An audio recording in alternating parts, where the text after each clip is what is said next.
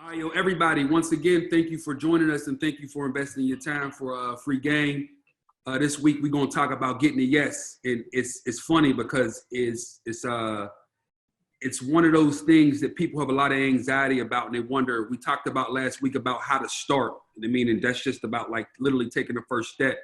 But when you're in the business and you got things going, a lot of times people don't realize like there's critical moments. I could go back to 5 or 10 critical moments in my career that helped get me to the next place in it. If that makes sense. So I'm going to introduce everybody who's here to help me have the conversation today. A lot of familiar faces, but a lot of new, but also a new face. Rachel, tell the world who you are and why. Was so excited when you said you would come on and do free game with me.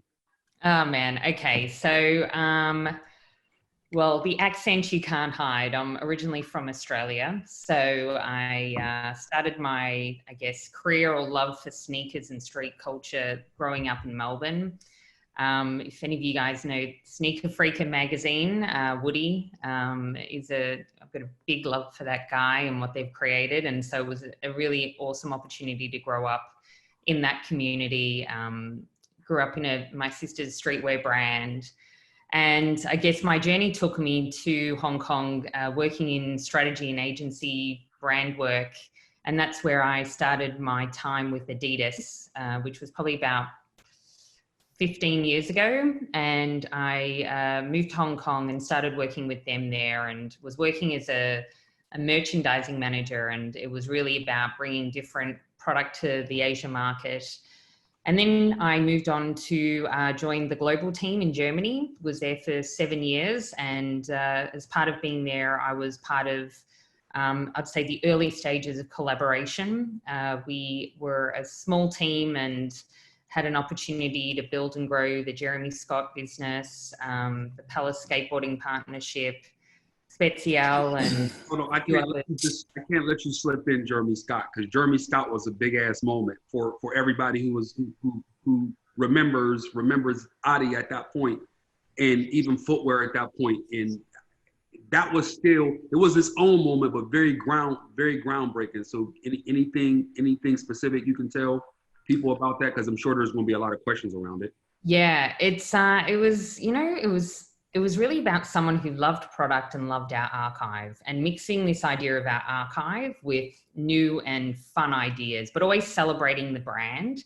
I was telling the guys earlier, I think one of my fondest memories was when Jeremy wanted to do the teddy bear shoe, and getting to like a yes actually for that with a product team and sales teams to understand that a teddy bear on a shoe was going to kind of creates the amazing buzz that it did. And I think we were all, excited about something new and different. And, I think for me, that was truly the beginning of people lining up outside stores. It was a shift from what we knew back then as archive collectors to really this new moment within the Adidas world. And that was super exciting. Quick question. How does that process work, if you can share, right? Because he says as a collaborator, like, yo, I want to put a teddy bear on a shoe. Yeah. Right? So there's everybody sitting in a room, and you're fresh. You're coming into global. You coming out of Hong Kong, and now you're saying to yourself, like, okay, my job is to bring energy into the whole global marketplace, and I have to make a splash. You want to build a reputation, and your first task is to get a teddy bear on the shoe. We were here to see it happen. Tell me, how did those conversations go? Please, let's talk about those. Are you okay? So you have to, when you're working in collaborations, it has to be a win for both teams. I think that's really important. And the reason why you're in partnerships is because of that. If one is only wanting to do their thing, you have to find that even ground. Jeremy's someone that's so passionate, he brings you on the journey. And I think it was just such a exciting, why not try it? Like, why not? What's no to this? It's either going to work or it's not. If it's not, you're still pushing the boundaries. You're still pushing the factory to do something different that might turn out for another reason if it doesn't work there. So that was, you know, I think, yeah, everyone was just like, you know what, let's give it a try. So it was actually, that was probably one of the easier ones. Oh, wow. Okay. Yeah. Okay. Yeah. I've got a few other hard stories. So, but yeah. And after that, I still doing the collaborations. Had an interesting Christmas where Kanye joined the team, the Adidas team, and Wex came to Germany, and I had to change my Christmas flight to go back to Australia and stay. And we worked on the beginning stages, and that was 2013 in Germany. And then 3 to 4 weeks later, Pharrell arrived in Germany as well. I think it was, yeah, the first or second week of January, and it was the beginning of Pharrell's partnership. And those two were probably the two biggest highlights of my time at Adidas, from a product side that just really shifted the brand at a really unique time. Yeah, I actually remember now that we talk about this, and people, we don't do any rehearsing for Free Game. It's all just natural. This is all like friends and natural relationships. But I remember my first time now walking into the Germany office, and you were over there. That's when Jimmy was still there. Yeah, And I remember now. Yeah. You were over there. This is before the first Human Race shoe launched, and all the shoes were kind of lined up in the front of the office, and below you had those. The ones out in this moment, it just hit me. And I think I remember because I was so nervous about people taking photos and stuff leaking. I was like, oh, like, yeah, I remember. It's crazy because to think now, like, obviously Yeezy's grown to be such a big business, and at that point it was still so new. Yeah. To think that you worked on Jeremy, Pharrell, Yeezy. We're gonna have some good conversations today, to say the least. Yeah, it's gonna be fun, absolutely. And I guess to top it off, I moved to Portland, Oregon, to join the awesome Adidas team there. Know Eric for my time there, and global, obviously. And yeah, then I was part of building the Yeezy business as its own standalone business unit. And then after a few years doing that, Pharrell got in touch, and now I've joined Pharrell's team, working with him on different collaborations and new business partnerships, which is definitely exciting. No, once again, I knew how big of an ad having your voice, and funny enough, the first female voice as a panelist, moderator, whatever you guest, host on Free Game, you literally have the perfect voice and add the perfect amount of depth to the conversation. Shit, I forgot about all of this. There's a lot that we're gonna be able to get into. Everybody else, y'all remember all the other guys, man. Ari from the foundation. Ari, you got anything to say today, man? You just gonna sit in there looking like Brad. We're gonna call Ari Pip today, man. We're gonna put it ain't topic ain't James jokes. All right. Let's stick to the script. The no script. No. Again, yo, thanks for having us. Pleasure to be here. Excited to share some thoughts. Yo, you got Dave from our team, Dave Butler from the Whitaker Group. Dave. How's it going, guys? Thank you guys for popping in. My name is David Butler, based here in Charlotte, and I handle all of our community initiatives across all banners for the Whitaker Group. To my right, I'm going on my screen. We got my man Pale. I've known Pale, God, as long as I've been in the business. Pale? Yo, what up? You want to you want to say Pale's from Yo, what up? I'm currently creative director for the foundation. I've designed for multiple brands, being creative director. I'm also an artist and just happy to be here. I've known James since Flavor Factory days, so. I love it. Hutch, brother Hutch, you talking today, man? You gonna stick behind, bro? Antoine Freeman, former Chippendale, and, co-founder of the foundation, one of the owners. Happy to be here, brother. Thank you for coming. Thank you for always participating and supporting, bro. Dre. Hey, yeah, Dre Hayes, one of the co-founders of the foundation. Just glad to be here again. Enjoy our dinner conversations for the world. Yeah, 100%. And in the background, y'all want to thank our team. Nina's in the background. Nina's in the background supporting our team and making this thing happen. I appreciate everybody. I appreciate everybody again for joining. So we gonna jump into it a little bit. James, you can't introduce me. Oh damn, Eric! Thank you for saying something this week, man. Last week you stepped back there and got dropped. Eric, whatever you said no to earlier this week, you were right. Exactly. You see how that works? Ari, because we're really live now and I can't say the 2 words that I was going to say to you earlier, but I'll tell you later. No, hey, you don't need to introduce me. Go ahead. Sorry, Eric, go for it. Ari. What's up, everybody? I'm Eric. I work at Adidas, VP of Product, and I like to tell James no a lot, and there'll be much more no's coming. Listen, so happy to be here for sure. I call Eric about everything when I know what I want. So I ask for something 20%, I ask for 20 to 30% more than what I want because I know he's going to tell me no. So if I can get him to say yes to if I get any level of yes, I want, if that makes sense. That's a tactic right there. Yeah. There you go. Ask for more than you expect to get. For more than you expect to get. Yo, it's funny because we've talked so much. My apologies, Eric. We talked so much, and you got me all excited talking about all those Germany stories, because into those moments I completely forgot. Like we've been doing this shit for so long, because I remember that time I was just in there trying to get shit going. Like that was my first trip there. That was me actually working on my first collaboration project with you guys. That would have been an Ultra Boost, like before the Ultra Boost, when the Ultra Boost 1 was like crazy the first time. Yeah, that's a special time.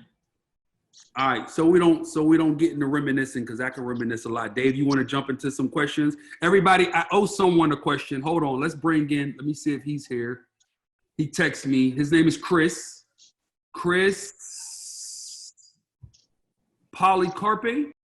And his question was, from the point of view of a small business boutique trying to do business with a large brand, what can you do to ensure that you'll get yes from an already established account? It's hard for me because there's times when the numbers, ideas I provide aren't. We got him up. He's up there. Oh, beautiful. Yeah, he's up here. Yeah, you got it. If I had to hear you Yeah. Hey, how's it going? What's up, bro? I was trying to. What's up? Can y'all hear me? Yeah, we can hear you. We hear you, man. Hear you. All right, cool.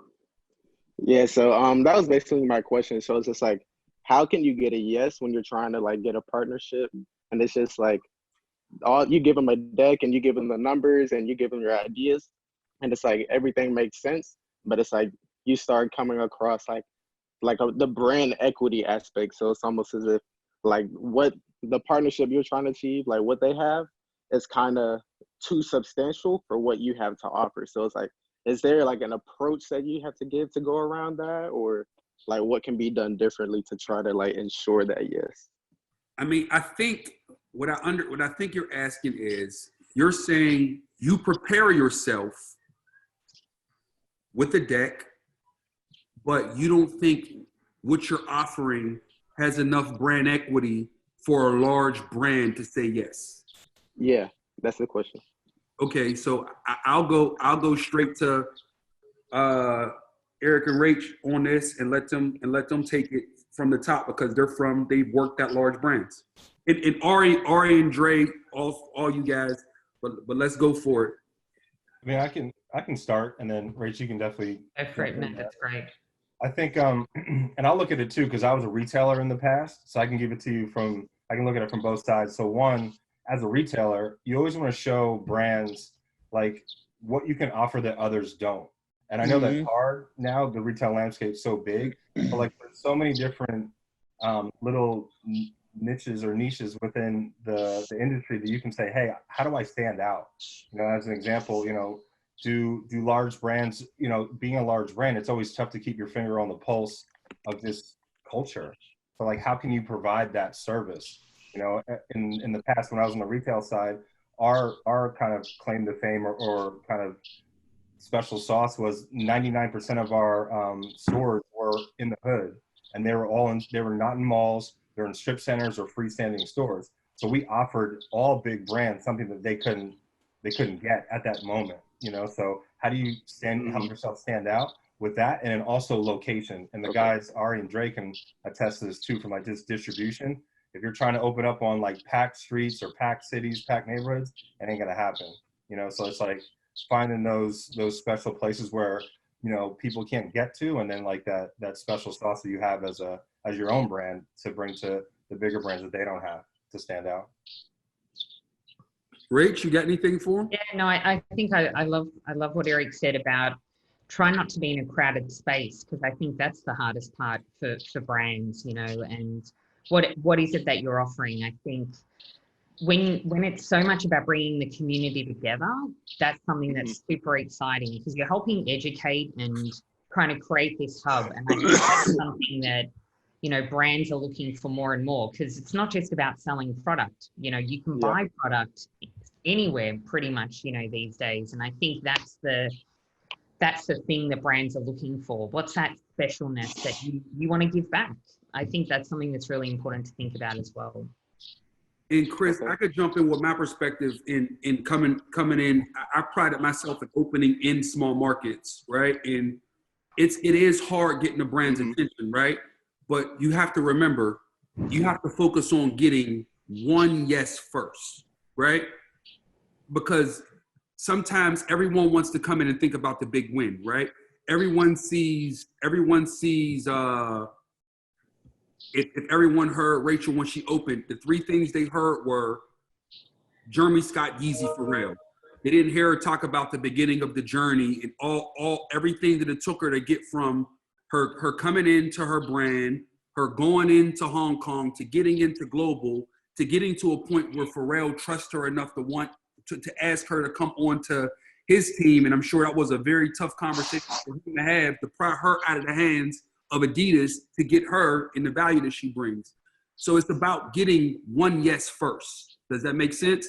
And sometimes that yes is a much smaller yes than the bigger one, right? If your goal for your deck is to get a brand to say yes, right? The first yes you got to get is to get someone at the brand to invest in spending their time and their time with you, right? Because you don't want to, by doing that, you have someone that's willing to help you navigate the landscape that is the entity that you're trying to get into, right? Because these big organizations have multi-layered goals, and you have to find common ground with someone in the organization so they can at least translate for you or help you translate the language that the organization speaks. Does that make sense? Yeah, that makes perfect sense. Thank you. Thank you for asking the question, and thank you for being so patient with me last week and allowing me to make you the first question today. No problem. Thank you. Nina and Dave, y'all got them. Y'all can bring them in. Yeah, I think Ari early on, you were saying when we all talked about we all read, everyone as we bring someone in. We all read Cliff Notes on the article, Getting the Yes. I talked about that book last week. It's one of my favorite books. It's Getting the Yes. It's basically a 150-page book of 10 ways to get 10 ways to get you to yes. And I think the thing that we all discovered in reading the Cliff Notes that we read was it's just really about finding common ground. And Ari, you could jump in and talk a little bit about that, because you had a lot to say about it when we were talking before everybody jumped on. Well, I think when you sent that over to us and we were talking about it before everyone got on, like that's the basis of like any negotiation, right? You're not going to bulldoze someone. Rachel said it earlier. There has to be something in it for everyone, and nothing that's one-sided works. And like you can't just overpower someone with like whatever your will is. So the reality is finding some sort of common ground, finding some sort of narrative that you can both agree on, and like building off of that and getting that first win, to your point, is to me what it's all about. Any negotiation. Personally. No, 100%. Our first audience question is gonna come from Deshaun Lucas Brown. I was trying to get him up here so he could unmute his mic and unmute his video. My bad, bro. My bad. You got it, man? Yep, there you go. And this is lit. This is lit. I love your energy, bro. Yo, this is lit. How y'all doing? My name is Jay Sean. I'm kind of like a cheat code. What's going on, Hutch? Jesus Christ. I'm kind of a cheat code. So right now I currently intern at the foundation. But it's like I said, it's kind of because I'm a cheat code. Like, because I was there for a week, and then I had to go to Boston for New Balance, which will tie into my question. And then I got back for like 2 weeks, and then of course everything shut down. So I haven't really done too much as an intern. But what's going on, everybody? Pell, Dre, what's happening? What's going on? What up? What's up, man? So my question is more so from someone who has worked retail in the footwear industry, any insight on making a transition into product marketing for footwear? So when I went to Boston, it was for like an internship with Pensole.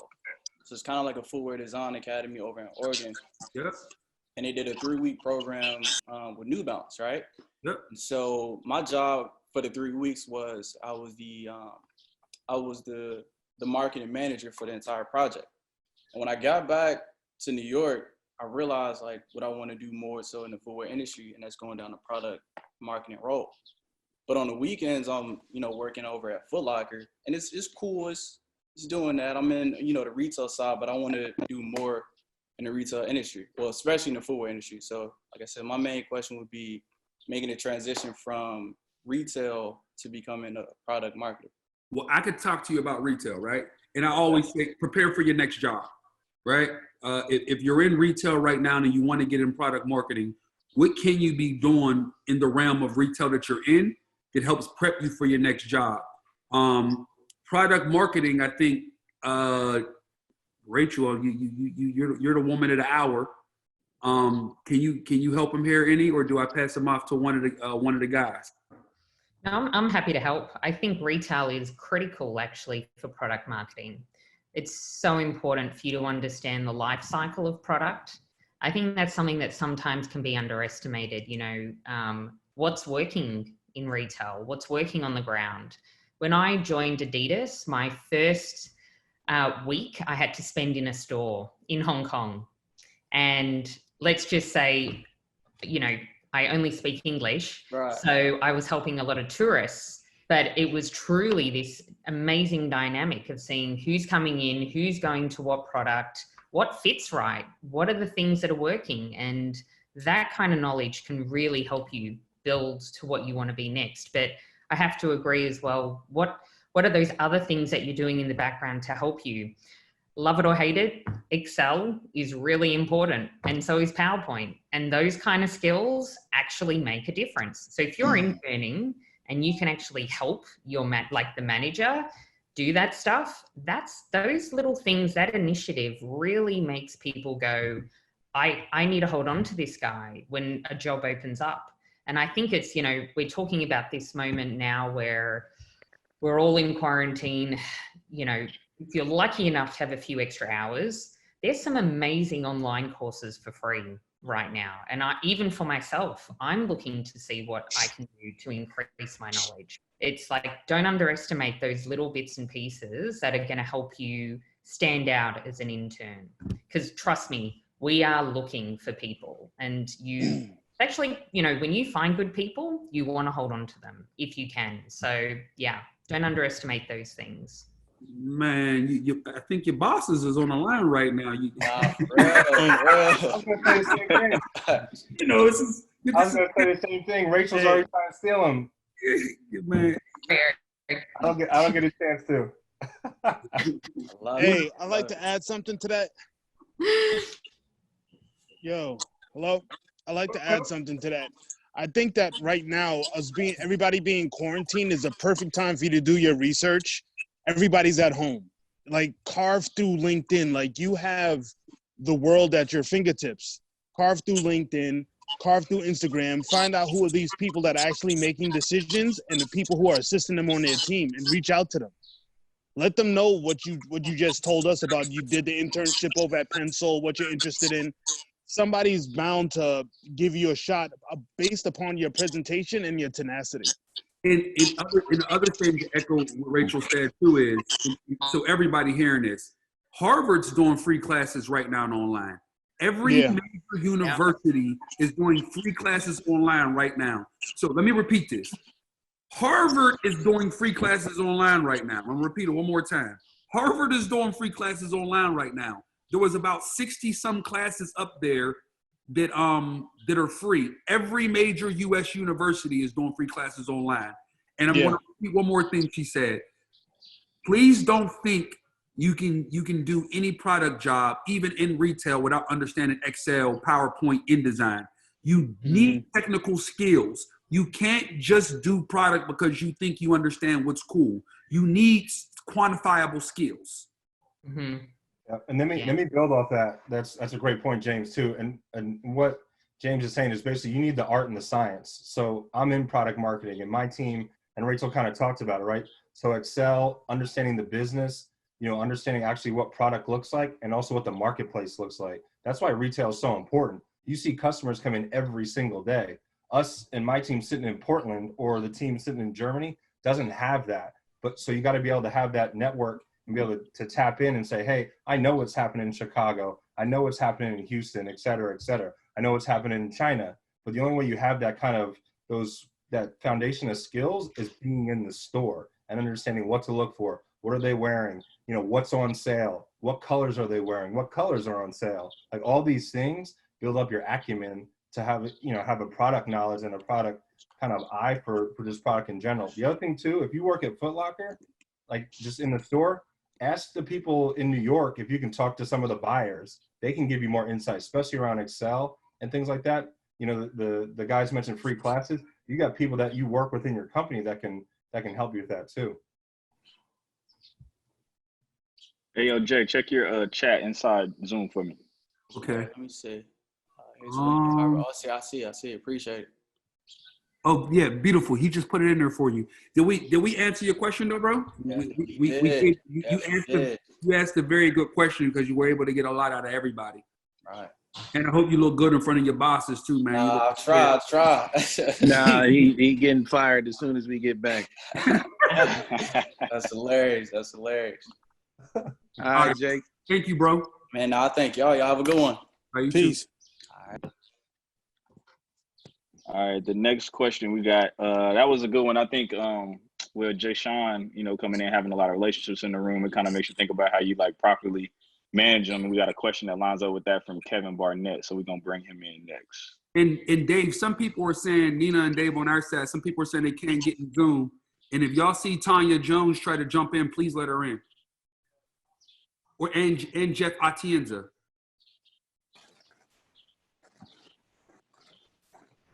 Okay, go for it. Hey, how y'all doing? Good evening. How you doing, bro? I'm doing well, man. Thank y'all for letting me jump on real quick, and I appreciate y'all creating this platform. I'm out of Houston, Texas, by ways of New York, and my question to the panel tonight is persistence versus patience, and how do you balance the fine line between leveraging relationships and converting them into a window of opportunity? Because I run a small business here in Houston, and I just find it right now truly difficult in the sense of just being a small company. And but I have made some great relationships, and I'm just looking for some guidance from you guys in regards to how to kind of not push myself onto people, but really just being humble and kind of having the patience. That's a very good question, right? Because I've always said you got to be patiently impatient. And something that Eric kind of said last week is I don't think people understand the journey that it takes to win at brick and mortar retail. Brick and mortar retail is something that's dying if it's being served up if it isn't being served up in a way that's new and refreshing, if that makes sense. And I think people are really focusing on who the players are that exist in the marketplace that's doing a really good job at it. And I think right now it's probably more difficult than any time to try to break into brick and mortar retail. Does that make sense? Yeah. So that's the first thing I want to do is level set. It was difficult for me. I can't imagine how difficult it would be to start now in a digital world and against guys up there or really established as retailers who also have a point of view outside of retail and experience and community and all the other things that some of the great retailers around the world bring to the table, right? So that's the first thing I wanted to say. The second part is I'll let Dre and Ari kind of talk about, because I'm tenacious, I'm tenacious in following up. I believe 85% of execution happens on follow-up. But the same advice that we gave to Chris when he started around kind of making sure that you get a small win in, because there's the big thing that you want, right? The North Star thing that you want. I don't know what that is, right? Mm-hmm. How do you, but what's the little bite that you can take out of, what's the little bite that you could take to get a small win that could help lead you to that big thing, right? And I'm gonna stop there and kind of let Ari, Hutch, Dre pick up on this, because I think they could talk a lot. People have to come to them a lot about they have to tell people no a lot before they say yes. Well, So I think it's different. I think like we have to use like brands come to us to use our relationships on behalf of the brand, right? So at times might put us in a compromising situation of like, damn, do we believe in what's going on here? Is it worth putting the relationship in the middle, right? So to me, like the relationship versus the need, if you feel like you're pushing too much, you're pushing too much. Mm-hmm. Like that's a personal feeling, right? And like whatever you are trying to utilize the friendship for to get you your end should equally give something back to the person you're asking the favor of. But to me, if I feel like I'm pushing too hard, I probably am. But I agree with James, like 85% of making things happen is follow through. So it's really your gut telling you when is too much and everything else before is too much is not enough, right? Yeah, for sure. Well, I wanted to chime in here. You didn't say what your business was at the beginning. Is it retail? My business is a creative agency. So I work with brands and curate experiences to connect brands to and their products and service to the consumers. Good call. Okay. So what I would say to you is, you said persistence versus patience, and you used the word humility. I would say this: just because you're persistent doesn't mean you're not humble. So, right. I want to make sure that you don't get those two things mixed up together, because you could be a humble person that's just persistent. You're going after what you want. So they don't necessarily, they're not opposites of each other, right? But everybody I know that's on this call is pretty damn persistent. Yeah. So, I would say that if there's something in the world that you want, you're going to have to go after it. And I know one of the things that we do for the people that work for us, particularly we have salesmen, right? And the one thing we say, we'd rather have a persistent salesman than a salesman that's not persistent. I'd actually rather a client come to me and say, yo, this dude calls me too much, because at least I can slow that down. That's the thing we always talk about, it, right? All right, we could tell that person to settle down. I'd rather curse them out and tell them to stop calling me than have nothing. Yeah, exactly right. So I would say that, you got to find your balance. Also, one of the other things is you got to know your audience. Yeah. And sometimes it's hard to know your audience when you're trying to get on. But, that was one of the things, as we talk about the art of getting a yes, or how to get a yes, one of the things is knowing your audience and being prepared. The lack of preparation is amazing to me when people are trying to get something that they want. I think about it sometimes when we interview people for a job and somebody comes in and they don't know anything about the brands we carry. Yeah, Now, that's the easiest thing in the world. You got so many data points for research. How could you come into a job? We have a website, we have an IG, we have everything. So lack of preparation does people in. So there's a lot of little things that you can do that can help. And, you know, there's nothing wrong with being a little impatient. Obviously, everything is in moderation, but persistence is your friend, man. Because unless you're persistent, man, think about it like this, man. I always say you sleep when you die, right? If you're asleep, somebody else is hustling. Oh. Yeah. And just by the way, Dre, I did send you an email. You did? Okay. Yeah. Right. Persistence. There you go. Love the Hey, but I'll say he said he sent you a email. Might need to send you 2 or 3 emails. Yeah, not to mention how many DMs. Not to mention how many DMs I sent you in the last couple of days. But I do appreciate you following up on the DMs. Yeah, no doubt, man. I do my so best. basically, Dre, you a piece of crap. That's what he's saying. I follow up on the DMs. Hey, he's telling the truth. I follow up. Yeah. One other thing is, from being a standpoint of a creative director, is understand the client's true pain point, not what you perceive it to be. Yeah. Like, some people don't even know what their pain point is, and it's up to you. Just like when I was talking to Jay Sean, is maybe you don't need to try to go to an Adidas. You need to realize, like what Ronnie did with what he did with Sebago. He saw that Sebago wasn't selling as much as Nikes and what have you and David Z's before he did Kith. So he took that knowledge from those other sneaker brands and the colorways, and he put it into a shoe that wasn't moving. So sometimes you may have to find that pain point that they don't even realize. Sebago didn't know that they wasn't popping. They were still selling. Yeah. Right. But you're telling them, well, I can help you to sell more. I could give you more cool. I could give you more flavor. I can give you more activation in the community that you're not getting because you know your community. Right. That's a fact. That's a fact. Yeah. I mean, Eric Wise and I have been on the phone a few times, and he's given me that same word of advice. And you know, I'm doing what I need to do from a networking perspective, but you know, I'm just continuously looking for that window of opportunity, but still doing what I got to do in the groundwork. You know, so these kind of platforms and everything that you guys are doing really helps to kind of level set for me to make sure that I'm, you know, just staying on the right track. And make a dope deck. Oh, like, yeah.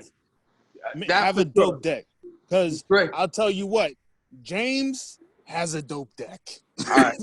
So I will say this, Dre, if you can please pass my deck around when you do look at it. I would say my deck is dope.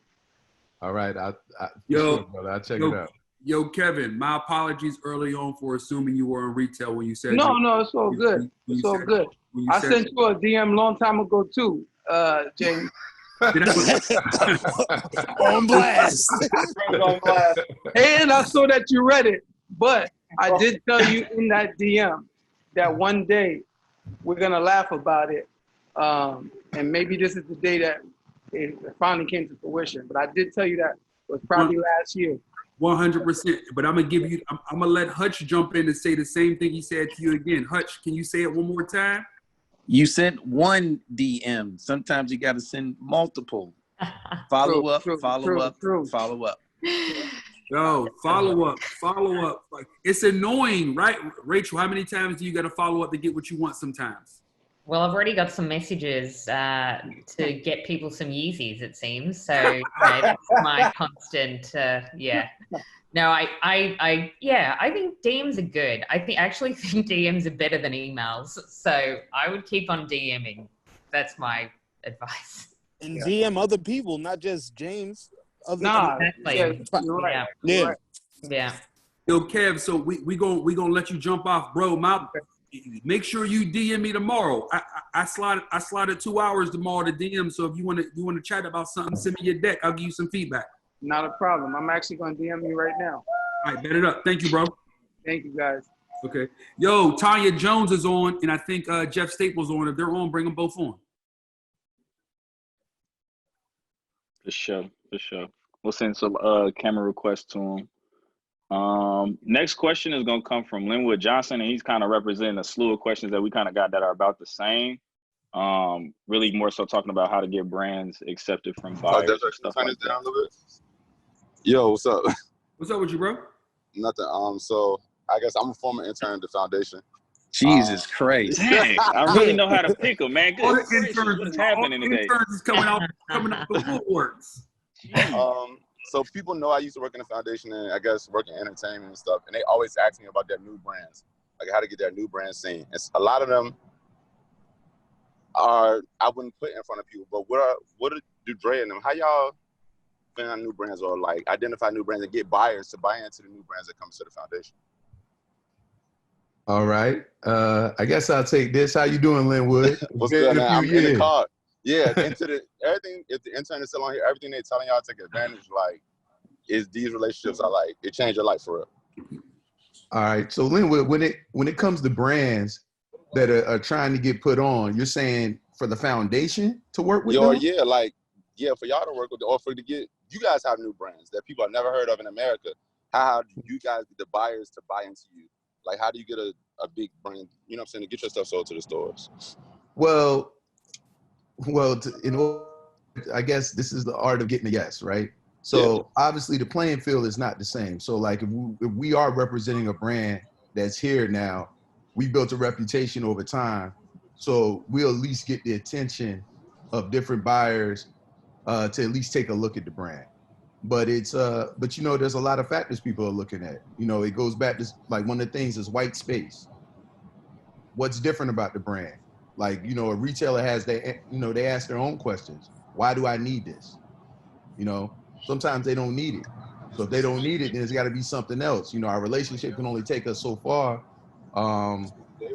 That's the reality of the situation right there. Yeah. So that's when we're pitching a brand. As far as brands coming to us, that's also another thing for us. At this point, we're at capacity with whatever projects we're working on. So it's going to take something really special for us to go out and take that opportunity. So sometimes the question isn't how they can get to us. Is your ultimate goal to get your brand put on. So maybe the home is not with the foundation, because ultimately the goal may be, I want to get my brand to the retailers. Well, coming to us may not be the way to get it. You may need to go to somebody else. Think about what the ultimate end goal is and then figure out the steps to get you there.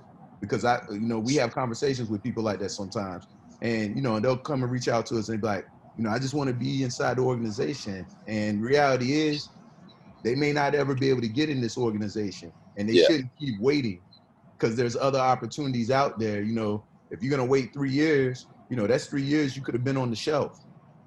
So I hope that answers your question some. I don't know if I'm just asking questions to y'all. It's says a lot of information. My bad, Linwood. What's up, man? All right. What's good? All right. Everything. What are you saying, Linwood? I was just saying, like, I was letting Art talk. I would just say Dre said it first, right? And like the getting to yes is filling the void. So if you're putting something that's already on the shelf, like, you lost already. So I think it's like our job at the foundation to like curate our matrix so that when we bring it out to retailers, we're filling a void for them. And obviously at this point in our careers, we have a little bit of a cheat code because we have real relationships, and we're known, our reputation has built up to be something. However, if we brought a bunch of stuff that didn't fill the voids, the reputation would go south quickly. And something else, let me add on to that, Ari, too. Less about just filling voids, too. There's also a value add, right?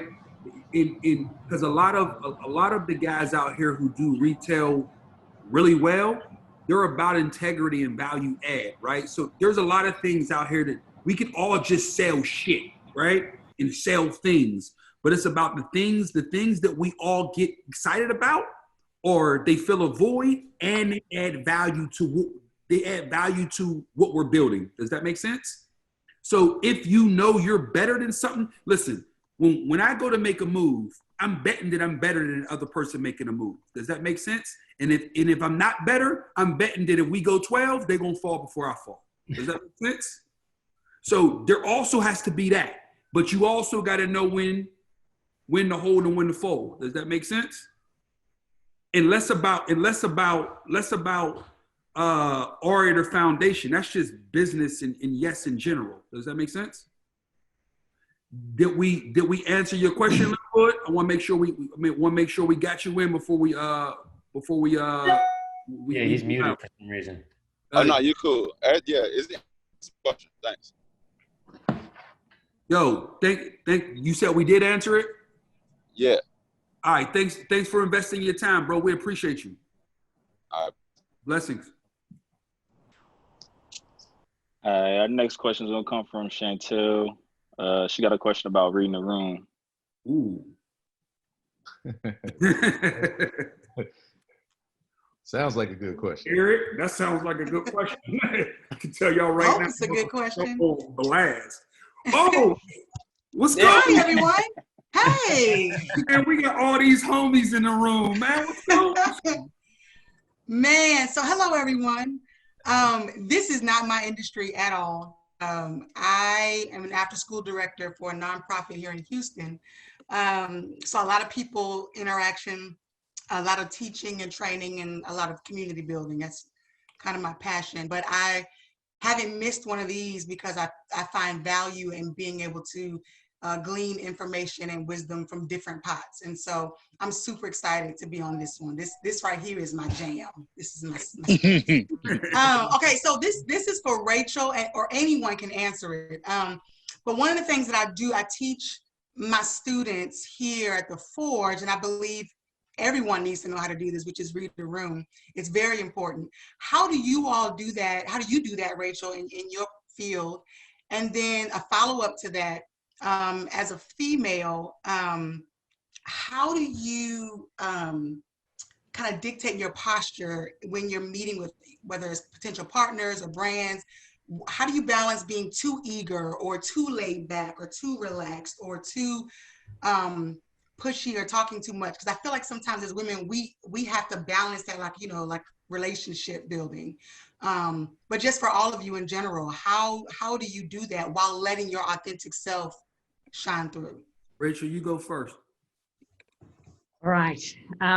That's an interesting one about reading the room. And I think it actually goes back to being your authentic self. I actually think you said that in that last question. It's hard when it depends what room it is. I think that's also a difficult one as well. I think if it's a business situation, and maybe the questions can go together a little bit. If you're in the room, you've got a right to be in the room. And I don't think you should be afraid to be in the room. And I think that can also be sometimes the daunting part. And, yes, being a woman in this industry, there's not so many of us, but you have a right to be there. And I think that's where, for myself, it's the preparation, actually. I think, Dre, you said it, preparation meets opportunity. You need to be as prepared, and maybe even more, as everybody else in that room, because I also get sometimes, being a woman, how would I know about the sneaker business? And, for me, I think there's a lot of interesting conversations around that, but, I know what I know, and I make sure that I know all the facts, know all the details when I walk into any situation. So I think it's a little bit of a mix of that, having that confidence within yourself, but also being your authentic self. I think I'm not someone else. When I walk into a room with Pharrell and when I walk into a supermarket, I am the same person. And I think that's super important, because that's actually what's going to push you to be who you want to be. It's just being you, actually, and finding what are those things inside you that are going to push you to be motivated and achieve what you want to achieve. So I hope that answers a bit of the question. No, that does. Can I ask a follow-up to that? Sure. And for anyone, have you ever, once you're in a space, you're invited into the room, have you ever backed off in reading a room and going, this is not the time for this presentation or for this ask or for this whatever? And even if it was detrimental to what you were needing to accomplish, have you ever said, no, okay, no, not now? For me, and I think I consider myself a pretty aggressive person, not annoyingly aggressive. You got to know the moment So in those moments when I feel like the time isn't right, what I'll do is try to set up more time with the stakeholders that I know I need time with, right? Because you know, for that moment they may be preoccupied or the timing may be off for whatever reason, right? So if I can't get it in there, I just make sure that at least in that moment I get more time. Does that make sense? Yes. And understand what are the things that can keep their attention. Jeff, I see you just pop up my screen for the first time, man. You wanna share anything with Chantel? Me? Yes, you. On the spot. No, I was just listening. I'm just honored to be like amongst y'all listening to the conversation. Trying to put me to work, James. I'm sorry. I won't put you to work. But Chantel, I'm gonna go back to you, right? Because I will just let you go. Go ahead, Eric. No, I was just gonna say, just building off of what Rachel said, the being super prepared. Like for me, like it gets as detailed as knowing what everybody in the room does. So as you're speaking to certain topics, you speak to them. Yeah. So if you have a broad presentation, you're talking about multiple things. Like for me, I may be talking about product in one portion, I may be talking about finance in another, I may be talking about HR in another. So speak to those people when those things come up. And you always have their attention. And it just shows that you're more prepared. And I agree with Rach, whether you're a woman or a person of color, and in your case, you're both, I always, and it's just this is a me thing. Like I know the air's thinner where the tables that I go to of people who look like me. So in my mind, this is just me. I have to go double as anybody else, as hard as anybody else, as far as preparing. That's just my mentality. And I know a lot of people on the call feel that way. It is what it is.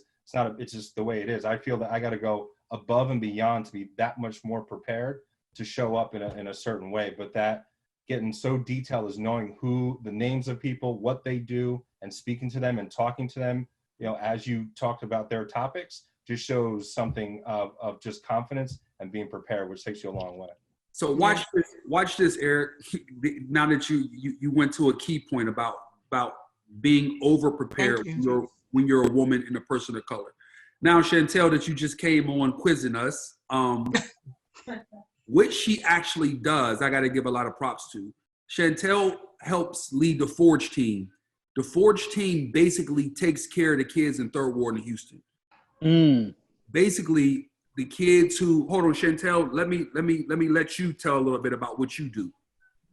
Oh my gosh, it's nuanced. I'm sitting here tired and frustrated now because I almost killed one of them. Making stupid decisions. But yeah, man, we are about building authentic relationship. The goal, and not in an arrogant way, but the goal is family change in one generation. We'd want to eliminate having to have a ton of mentors, being able to change a kid's life. Because if we can get to the parent, help them to elevate, then that will kind of lessen the responsibility of my job. I can't mentor 15 kids, but if I can get to the mother, if I can get to the aunt, if I can get to the father and help them, then we can help prepare the next generation to be able to build on their family. So we do it in a variety of ways. We have an after-school program, which I'm over. We have a basketball AAU team. We have a ministry and mentorship to fathers who are getting out of prison and don't know how to be reacclimated into their family's lives because it's super awkward. So we help them with that. And we do it in a way where there's dignity. We don't give away anything. And stop me if I get passionate about this, because then I can kind of ramble, but we don't give away anything. We believe that our families have something to give, and too long and too often people jump into our context and they try to give the fish instead of teaching the fish, because some people want to keep particular people down. And we don't play that over here. So our kids, our families, they know if you're getting something from the Forged, and man, we're expecting you to give your time, your volunteer, your brain, even if you don't have a red cent. And we have families that are right now currently giving in the middle of COVID. Wow. And it's like, listen, our parents, their kids aren't coming to my after school program because we love y'all, but we don't want the Rona. So our parents, who some don't have a pot to piss in or a window to throw it out of, some of them are giving what they would normally pay in their tuition. They're giving it to the Forge. And then someone heard about that and they matched it. But that's our parents, our community. If there's any food pantry situation, we have our parents that show up to help. And no one knows that they're being provided for, and it's all done with dignity. And so we use the kids as bait because, you know, we can get the kid, we can get to auntie and dad. So a lot of our programming is centered around the kid, and then the goal is to get to the parent and to build relationship. And it's a longer road, which is why I think the things that you all talk about kind of coincide with what I do, even though I'm not in this industry. People skills, people building. If I can have a good rapport with someone and make a lasting impression that way, it's long lasting and it's authentic, and people want to do business with you and do deals with you. And so it's an interesting deal, and I love it. I wish I could do something else, but I can't get away from it. But community, people. That's why I wanted you to take a second to tell everybody what we do. Chantel and the Forge is our partner in Houston for community. I get chills every time I hear her talk about it. So I wanted her to share with everybody. Yo, thank you for being you. Hey Chantel, some people in the chat are asking admin how to get in contact with you. Which one you do? Put my email or in the in the chat, Chantel, put your email. You should say it right now too. If she'll throw say it right now and then send it to admin and we'll drop it in the chat for you. Absolutely. It's just Chantel, CHANTEL at Forge, as in forging together, Forge for Families, spelled out, forgeforfamilies.org. Houston, Texas. Yeah, If you're in here in the chat, pull up. We'll take you. Awesome. Thank you so much. Thank you for your insights, everyone. I appreciate it. Thank you so much. Thank you. So amazing. I love it. No, Dave, when we started doing our community work in Houston, Dave found the Forge and got me down there and was like, yo, bro, we got to get the third world. We got to get the third world. We get off a plane, go drop our bags and go down to the Forge. And that shit blew my mind what they got going on down there. It's incredible. It's Eric, I think I told you about this before. She has the organization that's a couple blocks over from the house that Beyonce grew up in. Got you. Okay. Yeah. We got to connect on that. What else? Who we got coming in next, Dave? Got you. Next we got coming in, I don't want to butcher his last name, but his first name is Antoine, last name Roy Jibil. He had a question about getting that initial first meeting for a job or for a position you're interested in with a specific brand or company. Go for it. Yo, what's good, y'all? This is Antoine. James, I used to work for you, man, you're in Atlanta. What's good with you, bro? What's up, man? So, for one, I gotta appreciate you. Just working under you. You just froze. Pre-game conversations that led to a conversation of me, giving my designs to him and him liking it and saying, keep working on it. Then that led to other people liking it as well too. So after you get that yes, how do I keep that and kind of picking up on, just not only reading a room, but reading an email after you sent your work off? Okay, so you went first. It's good to see you again. I'm glad to hear you're doing well. You went out for a second, so I couldn't hear the beginning or kind of beginning middle part of where you started out with the question. Okay, my apologies. So say if I get to meet the likes of like a Gmo, who's the head of Nike, for a design internship job, what it may be, and I send my designs off, and even another Nike rep has asked for my designs. What's the next step on not being too pushy to say, hey, how's everything? Did it work? Or, just keeping that yes from getting that first initial yes, if that makes sense. Rachel, Eric, Jeff. I could answer. I'll answer this one. Go for it.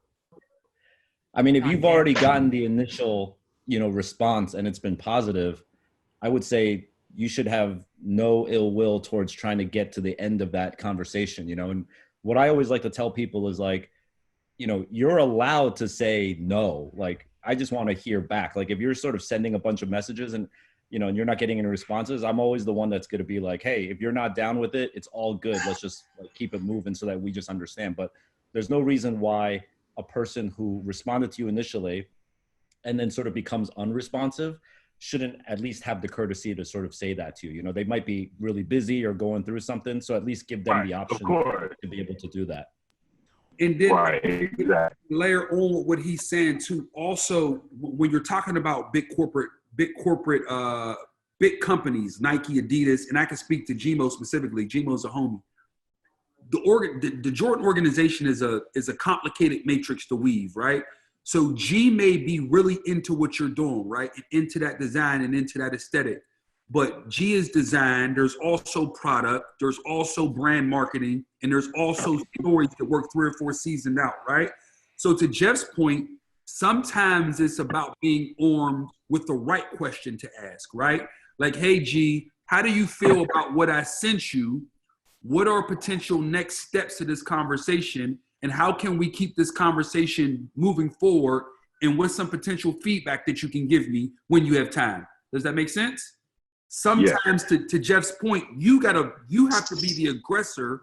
And to Antoine's point earlier on, you have to follow up with sharp questions to make it easier for the Gmos of the world to answer, right? Because I know G is a person who wants to help people, but he doesn't also want to bullshit you. Does that make sense? So he'd rather not say nothing at all if he is going to say something to you that doesn't make sense, right? Like if he's going to say like, yeah, I can get back to you, but we're thinking about something for 2023. You thinking like, man, what the fuck is you talking about? 2023 is 2020, right? So you got to understand what's the context for him even making that statement, right? So you got to arm yourself with the next best questions to ask. Does that make sense? So a huge part of the process is understanding to, I think Dre, or I think everybody's made the point, know who your audience is, know as much about your audience's offense as you possibly can, because that'll help you prepare yourself and arm yourself with the questions that'll get you to yes. Does that make sense? Yes. Thank you for investing your time, bro, and congratulations on everything you're doing, and keep grinding. And you know how to get at me outside of Free Game. Thank you, James. All right, you're welcome. Cool. So we got so this is an interesting. This next question is interesting. The person's name is Demario Platt. But he says, what do you do if you got somebody who has like a void, but you're filling their void, but they don't know they have a void, which is want to get some more information on what he might mean by that. So we're going to bring him up and see what he's talking about. Hey, what's going on, guys? How you doing today? How you doing, bro? Good, man. Good. Thank you for that. Last time I got to ask you guys a question, and you guys gave me great advice on one of the biggest things that started out was you told me sometimes you got to start with those who are not very well known. You got to take the brands that you might not want in order to get to a point where people are not scared to work with you. Because you guys said that, hey, when you're fresh in the game, people are scared to work with you. They're scared to be the first guy. So I've been working on that. Just to let you know, looking for those brands that are dope, but people don't really know much about. Yes. So thank you for that advice. My question this time is, like the question was, so when you want to tell somebody, hey, I've discovered there is a void, this is why you aren't getting further, but they may not comprehend it and you have to educate them. One thing I've come to realize that when people don't understand something, they don't really want to listen either, right? Or because they think they already know, if you get what I'm saying. So how do you educate somebody without losing them so that you can get to the yes? Well, the tough part is some people are ignorant and arrogant to respect your opinion because you're new. Does that make sense? Right. Yes. And I mean that's maybe something I shouldn't say, but that's just me, right? Like when you're coming in and you're working with brands, and if I'm hearing you right, what you said is, hey, brand A, I think I understand why people in my area aren't connecting with you as much. I have feedback for you and they're not receiving the feedback. So your question, so the question is, and I'm just re-saying your question to you, what do you do when you have situations when people won't consider the feedback that you're trying to give them, or won't listen to the feedback? Is that what you're saying? Exactly. Anybody want to jump in on this? Eric, Rach? I mean, I'll jump in real quick on this. Dre? Yeah, I'm with you. Go ahead. I would say a wise man knows nothing at all, right? So part of what you just brought up was not everybody prescribes to that, but that's the truth. You know, we should be learning something every day, right? So there's going to be times when you're going to run into people and there's going to be a block, just like James said. It may be because you're new. There may be some arrogance. Honestly, it may be part of it is you're still yet to earn the respect, right? These are all barriers that you're going to run into. I would just say you have to be persistent and do your best to illustrate whatever you're trying to get to them as well as you can. And just know sometimes everybody's not going to see it, you know, and I won't say that should make you quit or make you stop.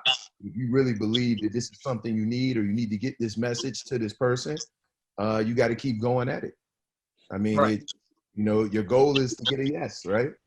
Yeah. Bro, listen, I can tell you one thing. Yeah, let me throw some in if you don't mind. Go, Ari. Like, Mar, I don't know the context. So it's, you know, I'm making the same assumptions that Dre and James are making, is that like you're trying to guide them towards a path that could lead to success and maybe they don't. Right.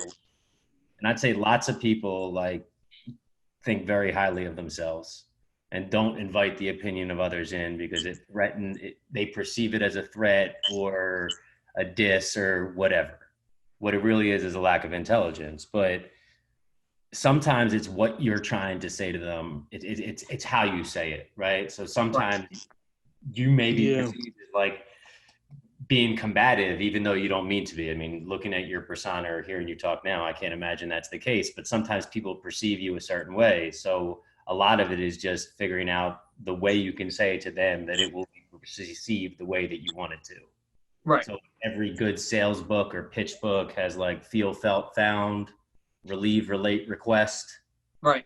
You know, like you want to find that common ground, make them agree that they've had some sort of similar circumstance, offer a solution and get them to agree. And like, however you can get that done should be creating some sort of commonality between them. But sometimes it could just be, you're not saying it the right way. Yeah. So they're perceiving how you're coming at them in a way that you don't mean to be perceived. I was about to say too, like, I think about it from the context of looking at your relationship with that person or with that brand, right? Like, have you taken the time to build a rapport and let them know that you're bought into what they're doing? Because a lot of times too, when you talk about somebody who may have something going on, they're not necessarily going to lend their platform to somebody if they're not sure if that person is bought in or has their best interest at heart. If I think you're just trying to sell me something, you know what I'm saying, I may have a different response than if I feel like you're actually invested in what I'm building. So I think that comes down to a relationship aspect as well, in terms of knowing, you know, your relationship with that person, how much you've invested in their entity or organization from a time perspective and an understanding perspective, and then being able to then relate that to some of the tactics that Ari's talking about as well. And I agree. I would just, one last thing, I would just build too. I agree with everything everybody's saying is the more facts you can bring to the conversation, the better. Pull the subjectivity out. Because when you hit people, if you're saying, hey, you guys may have some blind spots I can help with, and here's facts, there's not much you can really argue. And then, yeah, to the guy's point, there's some people that are just like, nah, don't want to take that. But again, just keep hitting people with facts. At some point, it is what it is. It's like, I'm trying to help you. Here's the facts on what you're not doing. Here's the facts on what I can do. And if you wrap that around with everything the guys are saying, I think you'll be in a good spot. And the last thing I'll say, because they hit everything else, is keep in mind, when you're armed with the information, right, that gives you the ability to make better choices to fulfill your needs. Does that make sense? And it also helps you understand the people who wouldn't take the information or your advice from you. It also helps you understand the nature of your relationship with that person as you move forward in your journey and your career. Right. Make sense?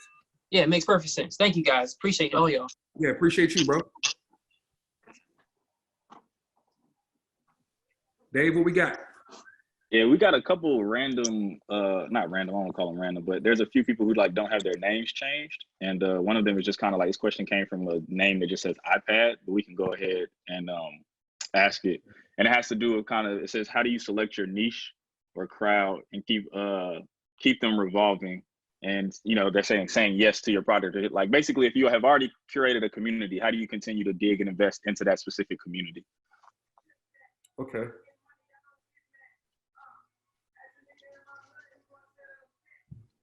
I wanted to bring them up, but there are a few different kind of iPads in here, so I didn't know which one to pick. And once anybody got any thoughts on that? I want to get them on because I want to get more context. But got you.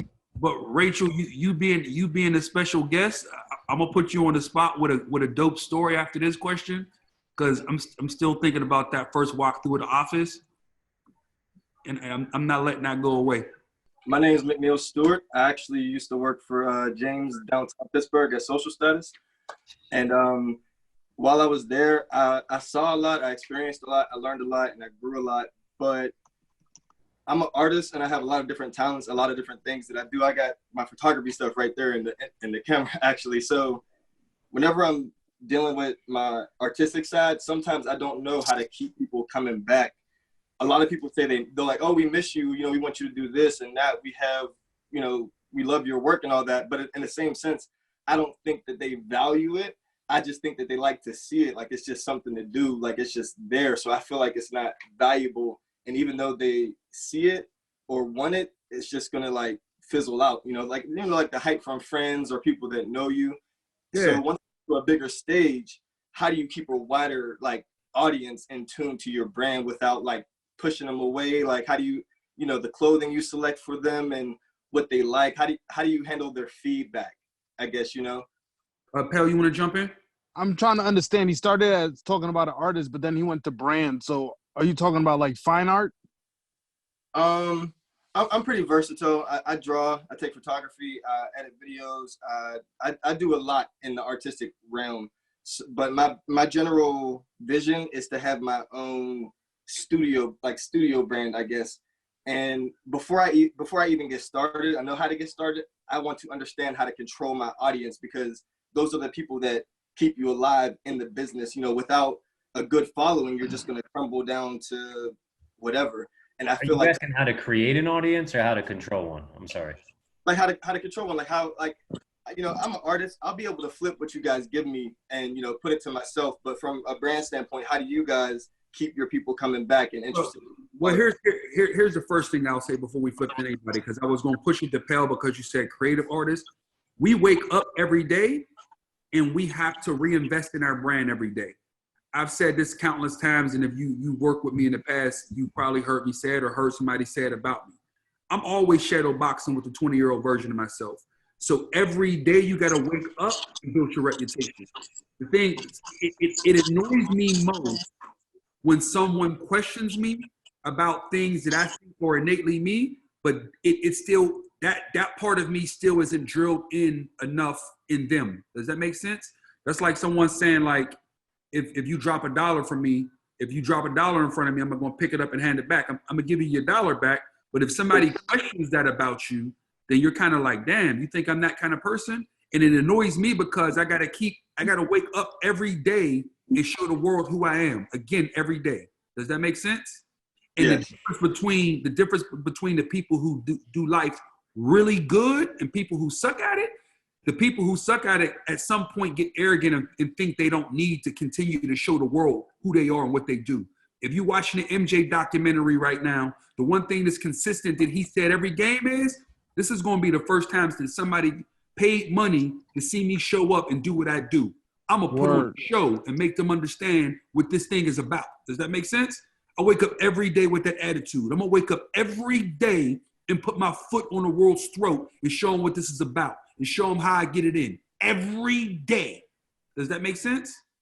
So we're all constantly building our brand every moment, every second of every day. So when somebody thinks twice about coming within my realm, make sure you understand what you're coming up against, because this is how I'm wired. Does that make sense? So, so I say that to say, building your brand is a subset of that. You got to be intentional. You got to make sure you continue to do the work. You have to grow with the space. You have to challenge the space to even grow with you at sometimes. Does that make sense? To the last guy's question, you have to listen to your audience, take feedback, and take the feedback that makes sense, but also the things that hurt your feelings, make the adjustment, right? I don't know if Pal or anybody else want to jump in here, but you know, I kind of went on a little tangent. I hope that helped. I think Pal's like perfect. He like came from the clothes side and became an artist and like did shows and gets hired to do artwork that has nothing to do with clothes. So I think Pal's like perfect to answer this. Yeah, well, you know, I'm constantly reinventing myself and I have the artistic struggle, right? It's like you have this idea, you want to do something else, and one is like really hone in on what your niche is going to be and hyper focus, be a laser.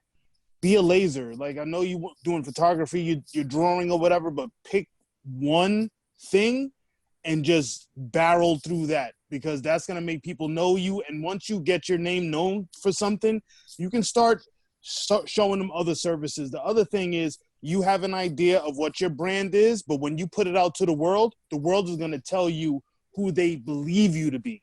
And that part you need to listen to. That's very important to listen to. And because then you can navigate. Because if you keep on trying to tell them how they should interact with you, sometimes they're just going to go away, because that's going to be confusing. So listen, make sure that you listen and make sure that you focus. Yeah, and I think from a creative perspective, as you like trying to build an audience with it, like art is a little different. It's about, you know, for me, because I have a private art practice as well. And I think it's definitely important for you to hone in on your craft and understand what your messaging is within your work, and then your audience and telling that story is going to develop around that. So don't worry about the nuances of trying to control the audience you have or anything like that. Just continue to create, and whoever sticks and whoever is vibing with the messages that you're sending you'll naturally create audience and create rapport with people that way through your artwork. So all you have to do is continue to be yourself, continue to work in your medium, continue to get better and tell stories through your work. And those stories will start to resonate with people, and you'll naturally start to build a community. And it's a call and response. It's like a dance when you're building a community from that perspective. And you can't really strong arm it. You have to, especially with something as ethereal as art, is like all you can do is provide the context and allow for people to either buy into that and let that resonate with them or not. But your job as an artist is just to elicit a response and elicit a reaction. If you did that, then you've done your part, and you rock with the people who rock with you, and you continue to build relationship and rapport that way. At least that's the way I approach it. And excellent answer, Dave. And I think the key is if I'm going to summarize what he said, continue to be you, bro. Focus on hyper focus on what you do. Listen to the feedback from the audience, but you can't get moved. You can't get moved by the crowd, because if they booing you, you gonna stop working? Nah, you got to keep putting your work in, right? I hope we answered. I hope all of that answered your question. Absolutely.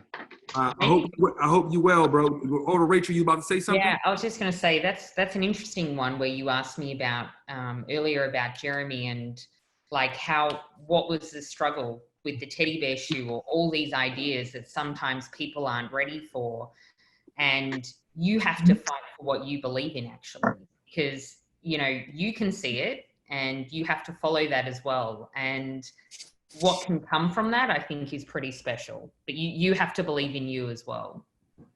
And the teddy bear shoe is the perfect example of it, because if you rewind back to before that teddy bear shoe happened, somebody would have said, a teddy bear shoe? For real. Everybody would have laughed. Like, get the hell out of here. Nobody's wearing a teddy bear shoe. And man, listen, it changed a lot of things. Yeah. There was an interesting one that we had with Pharrell as well. And I think, Eric, you might have been working at the brand. James, you would have sold the product. It was the 50 colors of the superstar when that came out. And that as a concept was challenging, because you're thinking of it as from a retail store perspective, how is anybody going to stock 50 pairs of superstars? But that was the dream and the vision, and we had to bring that to life. And I think it was the perfect thing. There were so many haters, so many people challenge that. And when it came out, I'll never forget getting phone calls on the Friday afternoon going, it's sold out. And I was like, what? And it was just this amazing moment. And I think that's where it's like, sometimes really challenging the norm, you've got to try and fight for it. Yeah, very, very well said. And if you don't get in our world, we have to get comfortable. It's funny now. The things that kids love most today challenges the norm. So it's like almost when things aren't challenging the norm, if things are too normal, to Ari's point earlier, when he was talking about being in your space, if you don't say something that makes us believe that you can knock out, that you can carve a place within the space, no one believes you, if that makes sense. So you got to be assertive. So I think, bro, just continue to assert yourself. Excellent, perfect. Thank you all. That was really nice. All right, thank you, bro. All right, the next one is going to be from Michael Peterson. It's a question about just kind of some initial skill sets as a young person that's looking to, grow and develop and formalize and get yes more often than no. Rach, my fault. I was looking for you in between. You dropped off, so I was making sure you was good. I texted you. Yeah, no worries. Sorry, everyone. The joys of Zoom and internet in quarantine happens to everybody. So yeah, no, I got black screen up everywhere. So I'm like, ah. Yo, and my apologies too, James. I heard you call me and I was talking my butt off and didn't realize I was muted. No, all good. Zoom. Nick is our next. Nah, Michael Peterson. Oh, how you doing, Michael? How you up here? Yeah. Hey, what's up, guys? How y'all feeling? Pretty good. First and foremost, thank you for imparting all this knowledge. Free game is definitely free game, and I appreciate each and every one of you for stepping up and stepping into this space, especially during this crazy time. I have a bit of just to give you guys some context, I'm an educator and kind of come from this world. I owned a store in New York for about 7-8 years until I kind of decided I just want to shift into some other spaces. And a lot of what I've learned throughout the time of just my career, especially dealing with youth the entire time, is yes, this is about getting the yes, but no is a journey. And there are skill sets that you have to learn along the lines of getting to those no's first. And I want you guys to kind of speak to, if you can, what are some of those soft and hard skills that get you to the no, right? So I'll give a little background. I wanted to work at Vibe magazine. I called Vibe every day for 4 months just to get an internship and work for free. And there was a certain skill set I had to learn just to get the no every single day. And eventually I did. Eventually I got in the door, I got into Spin, I got into Vibe, and I wrote for them. But it took me 4 months of no to get there. And I think a lot of times with the youth that we deal with, they want the yes right away. They want the immediate gratification. They want the door to open. And, I really do think no is a journey. And I think there's an avenue to yes, but to get to those yeses, there's a no. You said a lot, so I want to make sure I hit it by pieces. And the piece that sticks with me is the fast no. I say all the time, like I'd rather get a fast no than a slow yes, right? And I think a lot of, and I don't want to make this a generational thing, but I think people are so scared of no that they don't understand what benefits you get from no. Because if you can ask the right follow-up questions once you get the no, that helps you get to the yes, if that makes sense. If you could break that up just to make sure I got parts, unless anybody on our panel got any thoughts to what he said up to this point, because I was going to ask him to break it up. I think also hit it all. We talk about like entrepreneurship and adversity, right? It's like how many ideas has everyone up here had that didn't work, right? The 40 colors of the superstar, amazing. Teddy bear on a shoe, amazing. Be social, amazing. wrapped up in those years are tears and a bunch of tries and fails, I'm sure, of like concepts and things that don't work. I know for the foundation, we've failed at way more things than we've succeeded at. It's just the successes are big and they outweigh the failures. So like being successful or getting to yes, you know, it's kind of the same scenario. You're going to get knocked down a couple times. A lot of times you're going to hear no's, you're going to swing and you're going to miss, and it's going to educate you and give you resiliency and teach you how to navigate to get to the answer that you want, like calling Vibe for 4 months in a row. Eventually you drew a rapport with the person on the other end of that line, made a connection and got in the door. I mean, to me, that's every successful person.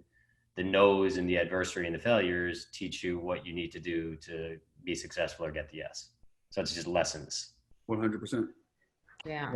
And just to break it up for you, James, too, I also mentioned the soft and hard skills, right? So the soft skills of shaking a hand to looking someone into the eye, to the hard skills of whatever you might need to get into the space that you want to get into. So what I learned on those phone calls was, you know, my voice intonation, words that I needed to use, you know, getting a phone number, having someone to contact back.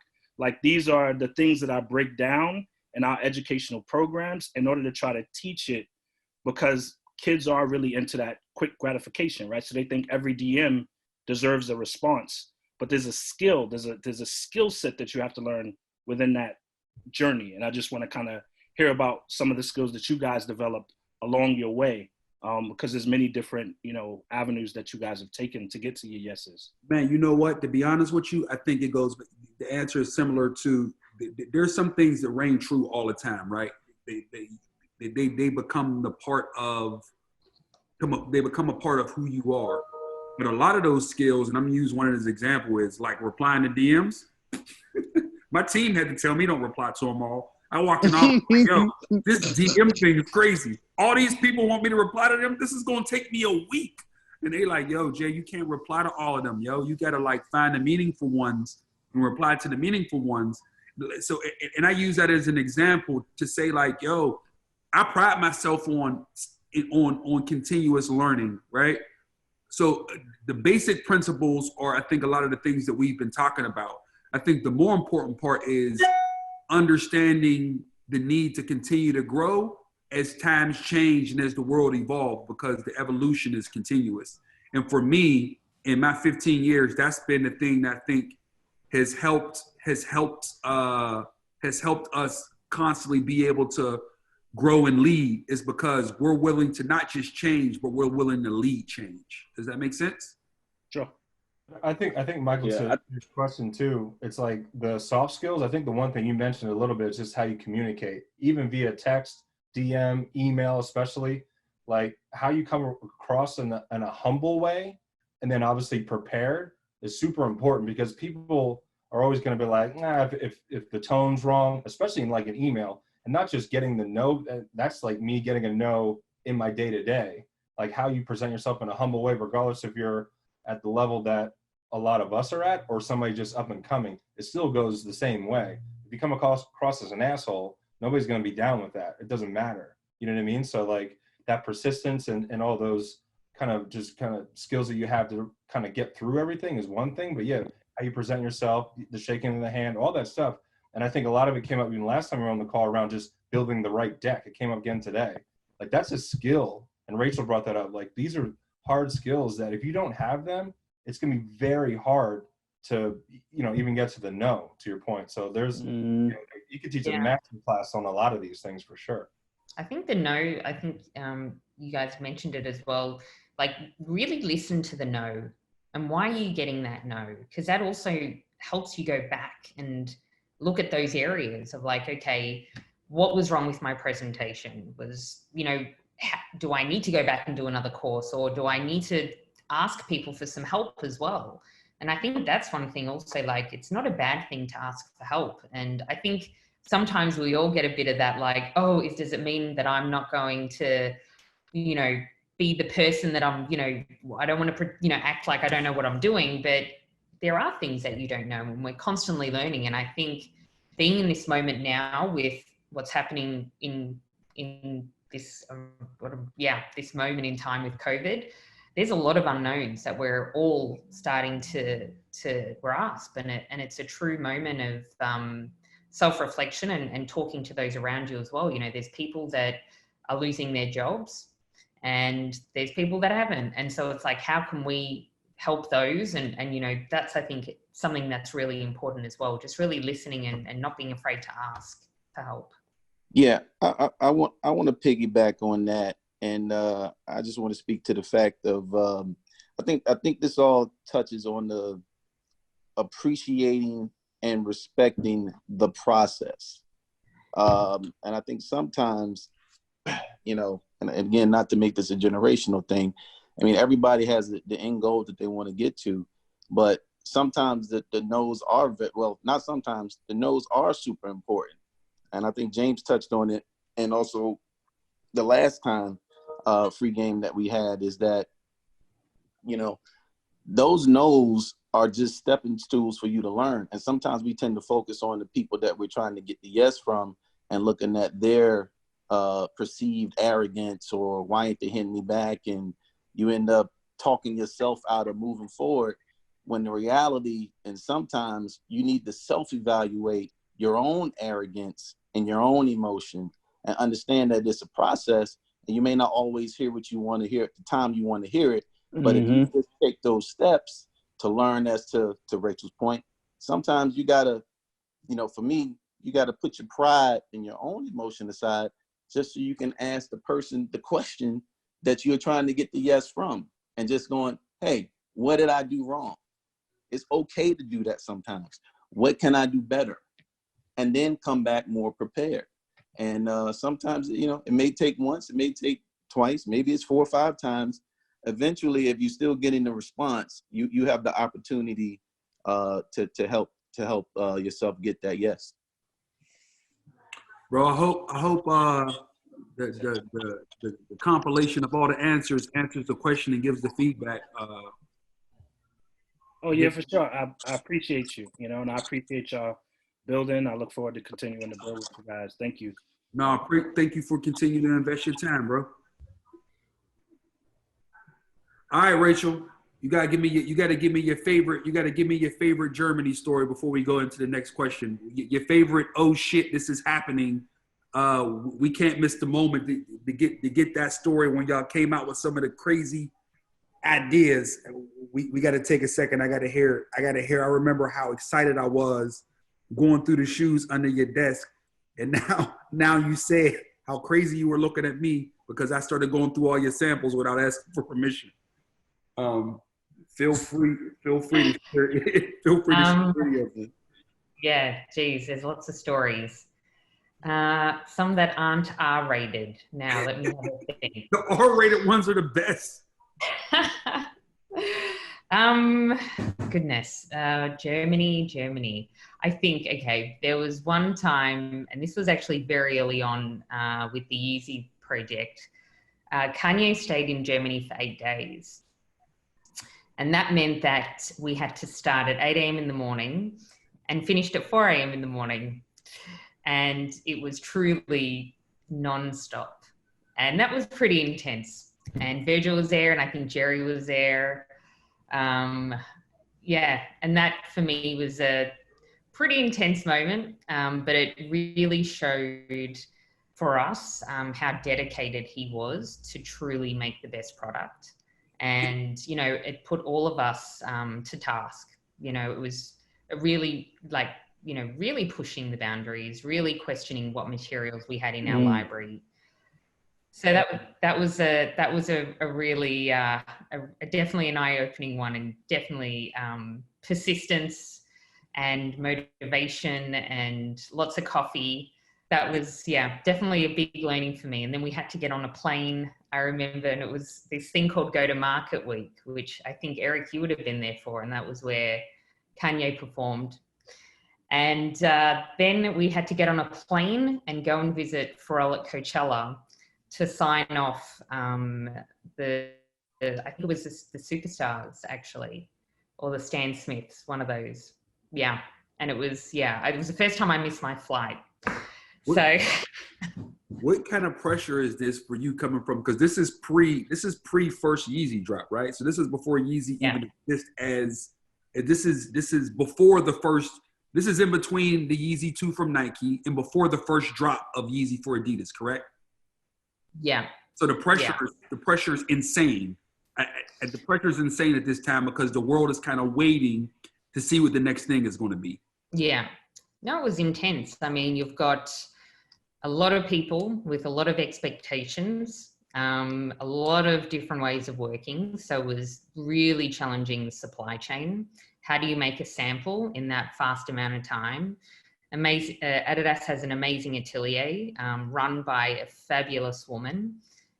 She's been with the brand for probably 40 years now. And she runs a really special atelier downstairs who was supporting us and doing so much extra work. So it was really about how do you bring everyone on that journey with you because of the pressure points of trying to make the product the best it can be. So it was definitely intense. You know, there was a lot of pressure. Yeah. And I remember I got my first 12 pairs. Shout out to Adidas for giving me 12 pairs of the first drop. I wanted to kill them at All-Star Game. Yeah. That's one of those moments when you're not in New York and the love was New York All-Star Game, right? Yeah. All-Star Game New York. Yeah, and Fashion Week. Yeah. I remember. So appreciate you let me get that 8.5 out of those 12 pairs, man. I hate you. Yeah. Dave, who we got up next? Rachel, thank you. No worries. Yeah, the next question is going to come from Balthazar. It's a really interesting one specifically for Rachel. Oh. About working with those bigger name folks. Hi, my name's Balthazar Dank. Rachel, we actually met at Something in the Water last year. I remember you. Nice to see you again. I'm a student at NYU now, but I'm originally from Virginia Beach, currently here for quarantine. My question was, when talking to someone in a position of power, someone like Kanye or Pharrell for the first time, how do you show respect without seeming like you're sort of sucking up to them? That's a really good question. That's an interesting one. Yeah. I mean, you have to, when you're in the presence of amazing people, I'm generally quite humbled. You know, I think the beauty of, how do I put this? Really talented people and people who generally respect all the people that they come into contact with. And so I think that it's actually an interesting playing field because they want to learn from you as much as you want to learn from them. So I think it's very important that you respect where they come from and also what their ambitions are and what they want to do. So it's a lot about respect and listening. And then for me, it was, how do you listen and try to take what they want and bring that to life? And that's where then, you know, it's a lot of collaboration and partnership, truthfully. They're as involved in the process as their teams when they really care about product. And I think that's something that Pharrell and Kanye both really showed. And I've been very lucky. Every one of my collaborations that I've worked on, everyone has been truly that involved. And you can see it in the product. You truly can. Yeah. I don't know if that answers the question. No, it does. I guess a follow-up then. Was there any moment where it got a little heated and it seemed like two parties weren't agreeing and you had to, what was your strategy in sort of cooling it down if a moment like that did arise? I think there's always going to be disagreements. You're not going to ever have if there's no disagreements, you're not pushing the product to the best place it can be. That's what I believe. And, you know, I think it's again about listening. And the thing that I love about working with these amazing talents is that they've made the impossible possible. And I truly look at all of the projects that they've been able to do and achieve. So you have to challenge yourself and be like, okay, Madison Square Garden in 2 years' time to do a fashion show. How is that going to happen? Or 50 colors of superstars. But you have to take a step back and be like, okay, that's here to try to make this. How do I and bring those who are working with you, because it's always an amazing team that has to come together to make these partnerships work. I think some of my old team, I don't know if Raymond's there, I saw him earlier. You know, there's a lot of players that are on this journey with you. So you have to come together and try to be able to go.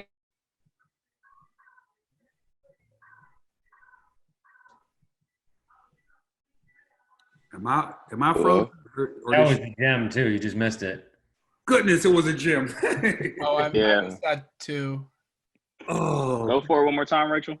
Okay, sorry. What did everyone hear? Like the last 10 seconds you got cut off. The last 10 seconds, it was a gem too. Go. Now I'm like, where was I? What was I saying? From like the Madison Square Garden part, maybe. Okay. I think, and now I don't know if I'm repeating myself, but it was this idea that you have to, if you've got an ask, you have to try and solve it. And that's your job as a collaboration partner. So how do you do that? And I think that's the part for me that I believe has made us create some impossible moments. And that's on every step of the way, from the factories that we're working with, the development teams, the pattern makers, the sales teams having to go and try and sell 50 pairs of shoes, to those key moments that are actually going to make something special. And that's, I think, some of the critical parts of your job when you're working with amazing people. And to be honest, in every job that you do, how are you going to make that moment the best it can be? So I hope that helps. Yeah, it does. Thank you very much. Thank you, everyone. Oh, thank you for investing your time. 757. That's right. What else we got? So what else we got, Dave? We're gonna go to Sean Halstead next. He's got a question about networking across industries. Hey, how's it going, guys? How you doing? All right. So, quick question. So I mean, it's more personal, but I'm sure lots of people can relate to it. So, I'll be moving to a new area in a couple months, and I'm working in finance. However, I have interest across different industries. And a lot of times with different networking events, we go to, networking events tailored to what our industry or our profession is. So I was just wondering if you guys had any tips on like how to meet people in different industries or how to best market myself, because the reality of it is like, I wouldn't consider myself a creative, but me having a finance background, I have something to offer to someone in that industry. Eric, you front and center on my screen right now. You want to take it? Yeah, I mean, if you're one to your point around the financial background, I mean, if on this side, in this industry, everybody's looking for planners. Everybody needs how businesses become so big. It's like the planning piece is super critical because, whether it's making sure we order enough, material or product or sell enough in or sell, all of these things, this is super critical to running a multi-billion-dollar business. So already you have a leg up as far as like something that's a need. And then as far as like the networking piece, I think it's as easy as a lot of the things the guys and everybody on this call and has already said. It's like, reach through social media, look online, find other brands that you're actually interested in too, so you don't have to just say, hey, let me just kind of find the ones that you're actually interested in and then kind of go from there. But I can tell you that financial background is very critical and needed in this industry.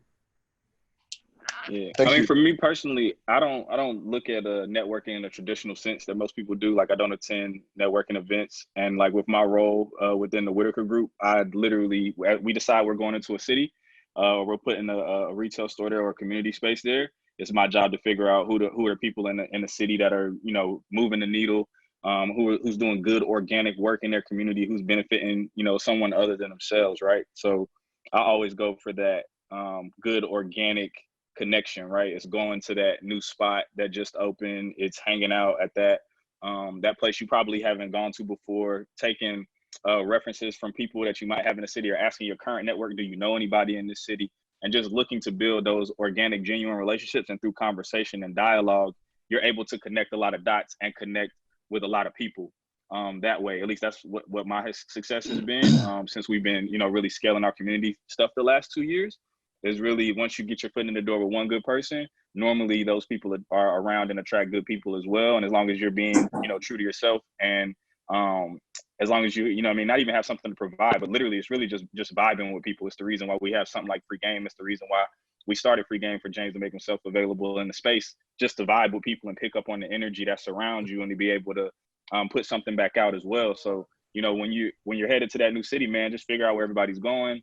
Go kick it with some people, have a few drinks, go to that art show for that artist you ain't never heard of, go to that concert for that local, rap group, that local singer, whatever it is, and just start the dialogue with people. And it starts as small as like, yo, your shoes are dope, or yo, I like that t-shirt, or whatever. And from there, you just start to build organic relationships with people. And that's what's, helped me in my role here, and, making sure that we're really implanted into the ground, people that are putting in the groundwork in their communities, and not people who are, looking for cloud or trying to, build something for the sake of just building something for themselves, but like people who are benefiting everybody that's around them. And that's what's worked for me thus far. Thanks. I appreciate that. Thank you, bro, for investing your time. Yeah, I'll just say to that as well, like, don't underestimate, like, I think the DM side of it, there's maybe a lot of creative talk, but, I'm looking for someone in operations right now who's based in LA, and finance. So, don't be afraid to reach out, and, if there is an interest in industry that you're interested in, hit up people for sure. Y'all just heard that. She's looking for operations in LA and finance. Well, I think that's like, point is interesting, right? Every company needs like a bookkeeper, a CFO, a planner, to Eric's point. Like, we have inventory accountants in our office now. Inventory, yes. So the job is to account for every dollar we spend against the inventory that it relates to, and then update us constantly on, like, you need to move this, or our flows are here. So I think if you have a skill set that's agnostic of industry, like finance is, you can then decide what industry you want to plug into. Yeah. It's also, I think, when you find people who have a finance background or operations background, and they've got a love for the industry that you're in, that's like the perfect combination as well. So, yeah. Without our CFO and our VP or RCM, what's Vance, COO? Without those two positions for us, and like their unique bodies fitting in our environment, like, we would, I wouldn't even want to think what it would look like in the back office. Yeah. No, I'll echo that, man. People can't imagine the help it is to have, how much of a help it is to have a good team around you. Because to Dave's point, how do you, that's what makes Dave and people around us, and that's why I'm blessed to have such a good team, because just hearing him say exactly what we're looking for is like, just be yourself and go off in the city and find vibes. Like, I don't think people realize that, like, authenticity is the most important thing that any of us have. And when you feel it, and when it's fake. And people who are genuine and seem to always follow it, if that makes sense. Yeah. It's the biggest thing. Yeah. I was saying, just to that, James, I've been in positions before, I've had to choose between two people to hire, and the person who's more authentic and honest and is like, hey, I don't really know that part of the job, but I'm awesome at this. And if I can feel that honesty, and I'm like, you know what, we can teach you that part that you don't know, but I want to bring you on the journey with us. Yes. And that's, I think, so important what you're saying, James. 100%. Yes. Yeah. We got any more hands up over there, Dave? We had our 2-hour cut. How's everybody feeling on the panel? How many more questions y'all want to take? We're at 2 hours. I want to be mindful and respectful of everybody's time. I mean, I'm fine. It's interesting, James. This is the art of getting the yes, right? And when I listen to Free Game, this is such an interesting platform, because you have so many people that call in and they have so many questions. But when I look at it, and it's all been really great, But when it came to like the original subject matter of the art of getting the yes, it's like half of the questions really address it, and then half of it is for people to gain some knowledge from the experience. And one of the things that I wanted to chime in, because I had wrote some notes down, and me and Ari, I just wanted to add this in here real quick, because a lot of the questions that I've been hearing today have been more, when people are looking at getting on, when they're starting, like maybe people are at different places in their career or where they want to go. But also the art of getting the yes is, like there's been, I think one time on one of the earlier ones, you had the guy that had a couple of stores and he was looking to add some more stores. So at that point in his career, he was already maybe towards the top or in the middle. And one of the things I wanted to say was, one of our mentors taught us, this is one of the biggest things we ever learned. When you were talking about stories of things, what are some of the big yeses, right? And we used to own the lifestyle distribution for G-Shock watches in the United States for 8 years. It was a big brand for the foundation. And we had a partnership with a company called RP55, and we're 50-50 partners in the deal. And, G-Shock is owned by Casio, a rigid Japanese electronics company. So even though these are some of the coolest watches ever made, definitely part of lifestyle, culture, a lot of nostalgic value to the brand, the company that owns it is a Japanese electronics company.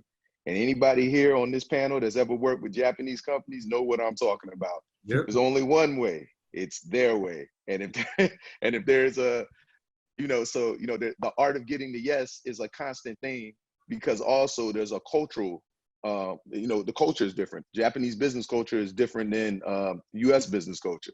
Yep. And one of our mentors, who was our partner, George Mesker, I even say his name, the thing that he taught us is he said, you can't negotiate if you need something. And the truth of the matter is, he doesn't need anything, so that's how he negotiates everything. But the reality is, at all different points, we all need something.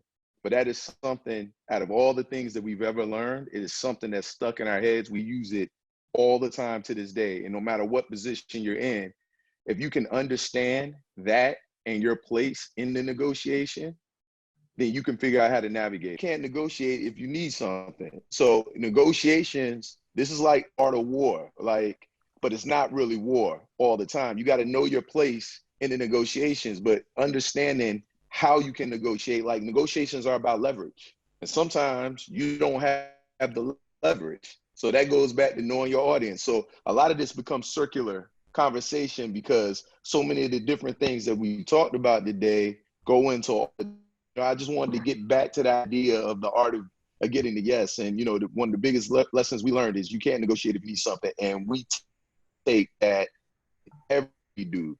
Every meeting, we just signed a new lease in California, and right now, we're moving into a space, and we're literally negotiating with the landlord, because we haven't moved in yet, to get some rent abatement, but landlords aren't giving rent abatement, especially commercial landlords. So, it's different things like that. And, you have leverage. Sometimes you don't have leverage, you know what I'm saying? And you just got to understand how far you can take a negotiation. And then sometimes if you recognize the position you're in, you can also change your strategy to get to a yes. Mm-hmm. I think the best point, though, is if you need something. Mm-hmm. So like on these calls, how do I negotiate with Adidas how do I get a Nike account at this level? How do I get so-and-so to hit me on the DM? A lease in LA, for us to get what we want, Dre got to be prepared to walk on that lease. Mm-hmm. 100%. That simple. Definitely. You got to get it in your mind that you don't need Nike to open your store. You got to get it in your mind that, like, if that dude doesn't DM you back, it's not all gone, because you don't need them. You'd like to have it, but you don't need it. And like, it doesn't have to be financial. Like, everyone wants and needs money, right? Everyone, for that G-Shock deal Dre's talking about, that was a financial opportunity for the foundation that was different than RP55. At that life cycle in our growth, we felt as though we needed the money. So we were willing to make sacrifices. George didn't care, didn't see the opportunity, didn't need the money. So he would make no sacrifices. And in the end, he won. So to me, you got to get it in your head of like what your real needs are and be willing to go without it to be able to have that strong footing at the table. And the thing that I will add is you got to be willing to go with no one. You got to, at some point, no one believes in you, and you're the only person who believes in what you got, and you got to keep fighting and create your own narrative and make the world come to you. And I think for starting, that's where a lot of the people on the other end listening to us are, because you're starting and you don't have a narrative. You got 0 followers, you got 100 followers, you got whatever you got. And it's not about chasing followers. It's about being your authentic self and doubling down on who you are and staying authentic to that. I think Dave mentioned that. Rachel mentioned that. Everybody on the screen has mentioned that in some way, shape, or form today, if that makes sense. Less about any brand or any validator. You have to first bet on yourself and validate yourself. I'm gonna go to Kareem. He's got a question about the breaking down yes and hype versus substance, and how much of each can lead to you getting a yes for what you need from a brand perspective, and so as someone who owns a brand. Kareem, what up, bro? Hey, what's going down, man? Always blessings, man. Good seeing you. Yes, indeed. Yes, indeed, man. Appreciate the platform as always. Mm-hmm. This is awesome. Yeah, so my question is around brand awareness. You know, looking through the lens of a brand. You know, does consistency and substance trump hype and clout? Or is it like a collective conglomerate of all variables when it comes to getting a retailer to like spare a moment of their time and look at your brand and works to like getting to a yes? That's an excellent question right there in these days and times. Yes, yeah, definitely. I had to pick that one. That one came through. I was like, are we getting this one up here for real? I think all of y'all gonna have something to say. Please go for it. I'm curious to hear what y'all got to say. Listen, Kareem, we've had a lot of conversations right over the platform, in person.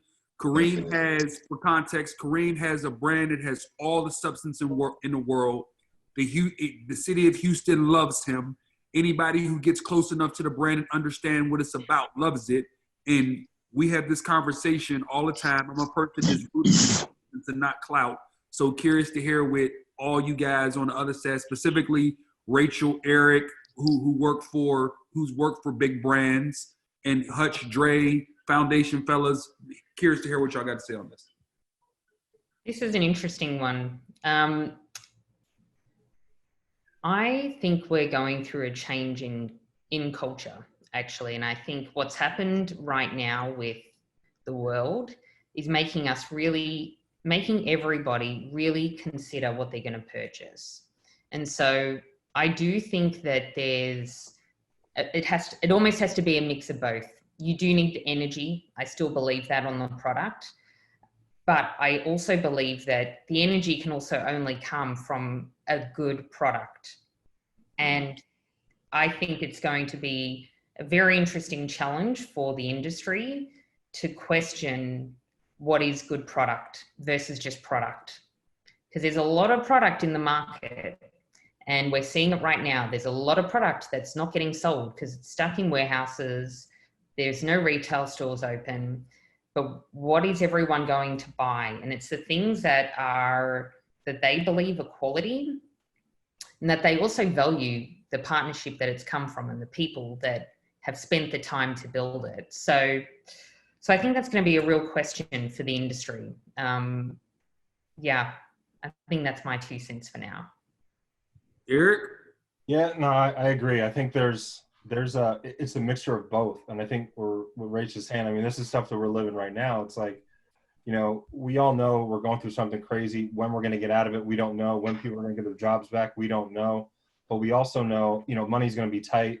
So people, when these things happen, think 2008 recession and things like that, people go back to the things that they know and they trust. Trusted brands, trusted products, you know, and less is more, right? To Rachel's point, like even for us, like we're not going to make as much because in the past, and I can say this for us, you know, we made too much that's like bullshit. So it's like, you got to get sharper. We're all forced to be sharper and make really tough choices. So consumers are going to do the same thing. So they're going to be looking for stuff that they can trust, and there is, you know, really great product and really and good integrity and story behind it, but also has to have a little bit of the hype around it. Now, the hype doesn't have to be, you know, some mega, you know, co-signer. It can be retailers like James. It can be, you know, Ari and Dre is just selling your product. You know what I'm saying? As an example, you know, like though there's other validators within our industry that don't have to be so high anymore. There's ones that you know, that live in Houston as an example. You know what I'm saying? So it's like, it's a mixture of everything, but it really just starts with the integrity of your brand. The product got to be great. And then where can you find those co-signers? So the consumers and even the retailers can trust in you. Kareem? Solid. Yeah, that was very insightful. It's, you know, just having my own brand and stuff like that. Sometimes you kind of think about what's the best way to like grow the brand, and is it to get the product placement, or is it to just have the substance? And with a herd of bison, I mean, the DNA of the brand is to have that substance and connect with the community. But you know, we want to get in retailers too, you know. So like, what's the, you know, the best way to do that? And so I just wanted to get some insight on that. But brother, we gonna do this Be Social pop-up thing when we get Houston. Oh, yeah. We gonna shake this thing up. We can show them better than we can tell them. For sure. Hey, I wanna add something to that, to Eric's point. I'm happy that he talked about the recession. I'm happy that he talked about the recession, because people did go back to staple brands. It was very important. But also, local is the new global, in my opinion. Right? So you look at people like, even brands like Joe Fresh Goods, right? He's going hard in Chicago. He's representing his town hard, and he's put it on his back.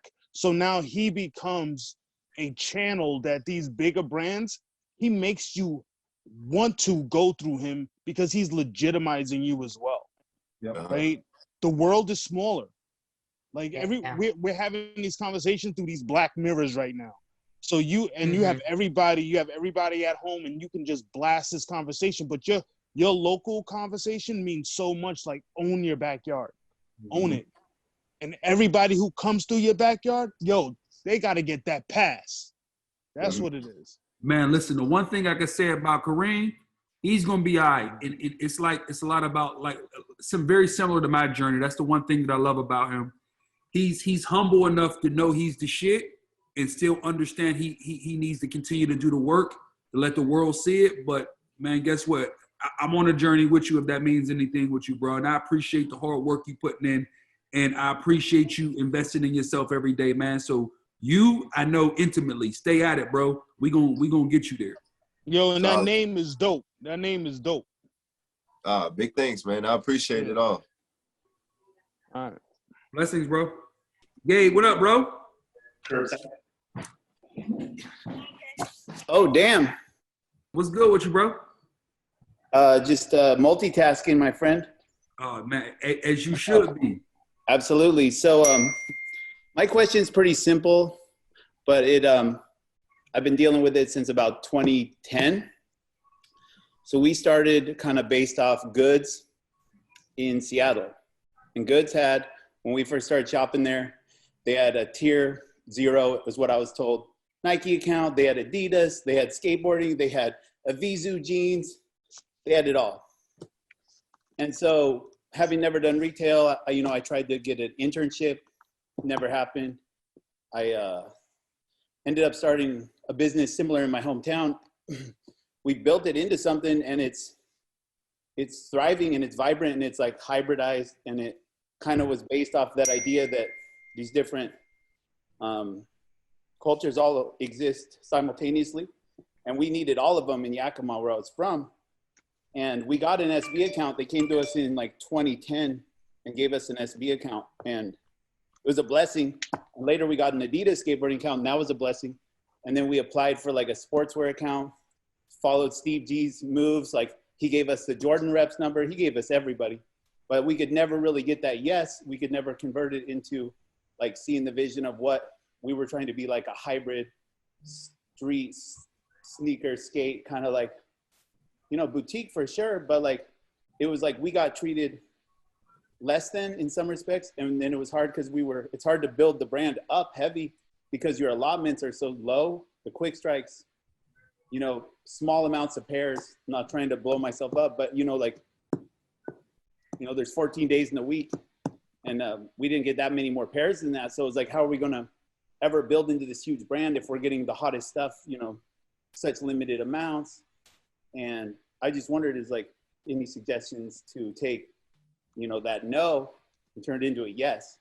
Because I did have a meeting with Adidas once right before they signed Yeezy, and they signed him between the time I had the meeting set up and the showing in Vegas.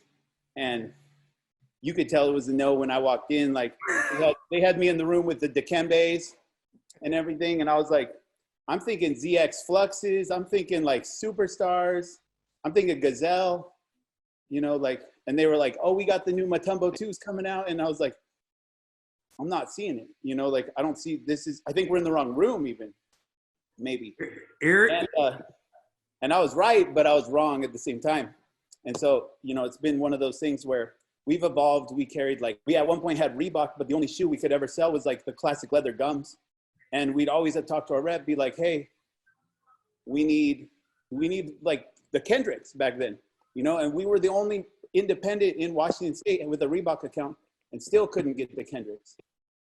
And obviously it was like, the story was always, you know, move to Seattle, which is valid, but, you know, rent goes up 5 times what we're paying here. And we have a stable community, and we've been here 13 years now. So it's like, we'd like to make that jump. We'd like to build out. We're trying to politic, you know, but it's like, they never really saw our vision. And I always thought we had a cool hybrid because we're on a Yakima Indian reservation, and in Yakima, the native tribe, like basketball is life. And so I always thought like we would have this logical tie between like the Jordan brand, the N7, and then us being New Yak City based off like the cultural significance of the tribe. And every time I've talked to him, it was, you know, it was like, not only did SB kind of look at us like we were outsiders in some respects, it feels like, not saying they don't treat us good, but obviously I wasn't their normal customer. And then on the sportswear end, I was looking like Adidas Soot thought I was crazy, you know. Okay, so I'm gonna jump in real fast, and I think Eric Wise is the perfect person for this because he comes from retail, and he comes from small towns, and I think I've given you some advice on the side on this. So I want you to get it from a few different filters, if that makes sense. Eric, you want to jump in? Yeah, sure. I think the one thing that you said that probably it hurts you a little bit is hybrid. I think Pell mentioned it a little before, like prior back, is just being laser focused. Like that's the thing. When you look at James, that has, like, I'll give you an example, right? He has multiple brands within it. So, but they're all focused on certain customers. So hybrid is always scary to people, right? Because it's hard to explain because you're trying to go through a bunch of different, you know, here's kind of why I have this, why I have that, and it's hard. So that's the one thing. So that work on that. And then again, just how you can simplify your niche. Like, again, take the hybrid away. Who are you? And how can you get that across in a simplified way? How that helps other brands. I think that's the thing. Anytime, and going back to some of the soft skills and things like that, if it takes you a long time to articulate what you're trying to get across and who you are, it's going to get lost. You got to find ways to simplify things. That's going to help you go a long way. Again, on the retail side, as James mentioned, when we had stores throughout PA, even in through Pittsburgh, and then went to 12 states from Chicago all the way down to Texas. And we did a lot of stuff that Dave mentions about, you know, catching a vibe and understanding what's happening in those cities. But we always were true to who we are. We went in with a plan of who we are, what we're selling, and who's our customer. And you have to be able to articulate that very quickly and make sure people understand it. Yo, bro, I think the other thing you can't be scared of, we talked a lot about voids, man. You got to set Seattle up. If Seattle's the opportunity, people are giving you the answer. You got to be willing to take the answer. Does that make sense? Somebody's telling you Seattle's the lick. They gave you your answer. The question you got to ask yourself is now, is you ready to go take it? Does that make sense? Yeah, it does actually. Like back in the day, I met one of the main dudes from Leaders, and it was at one of those shows, and I asked him. I said, "How do you get respect from Nike?" And he said, "How do you get respect?"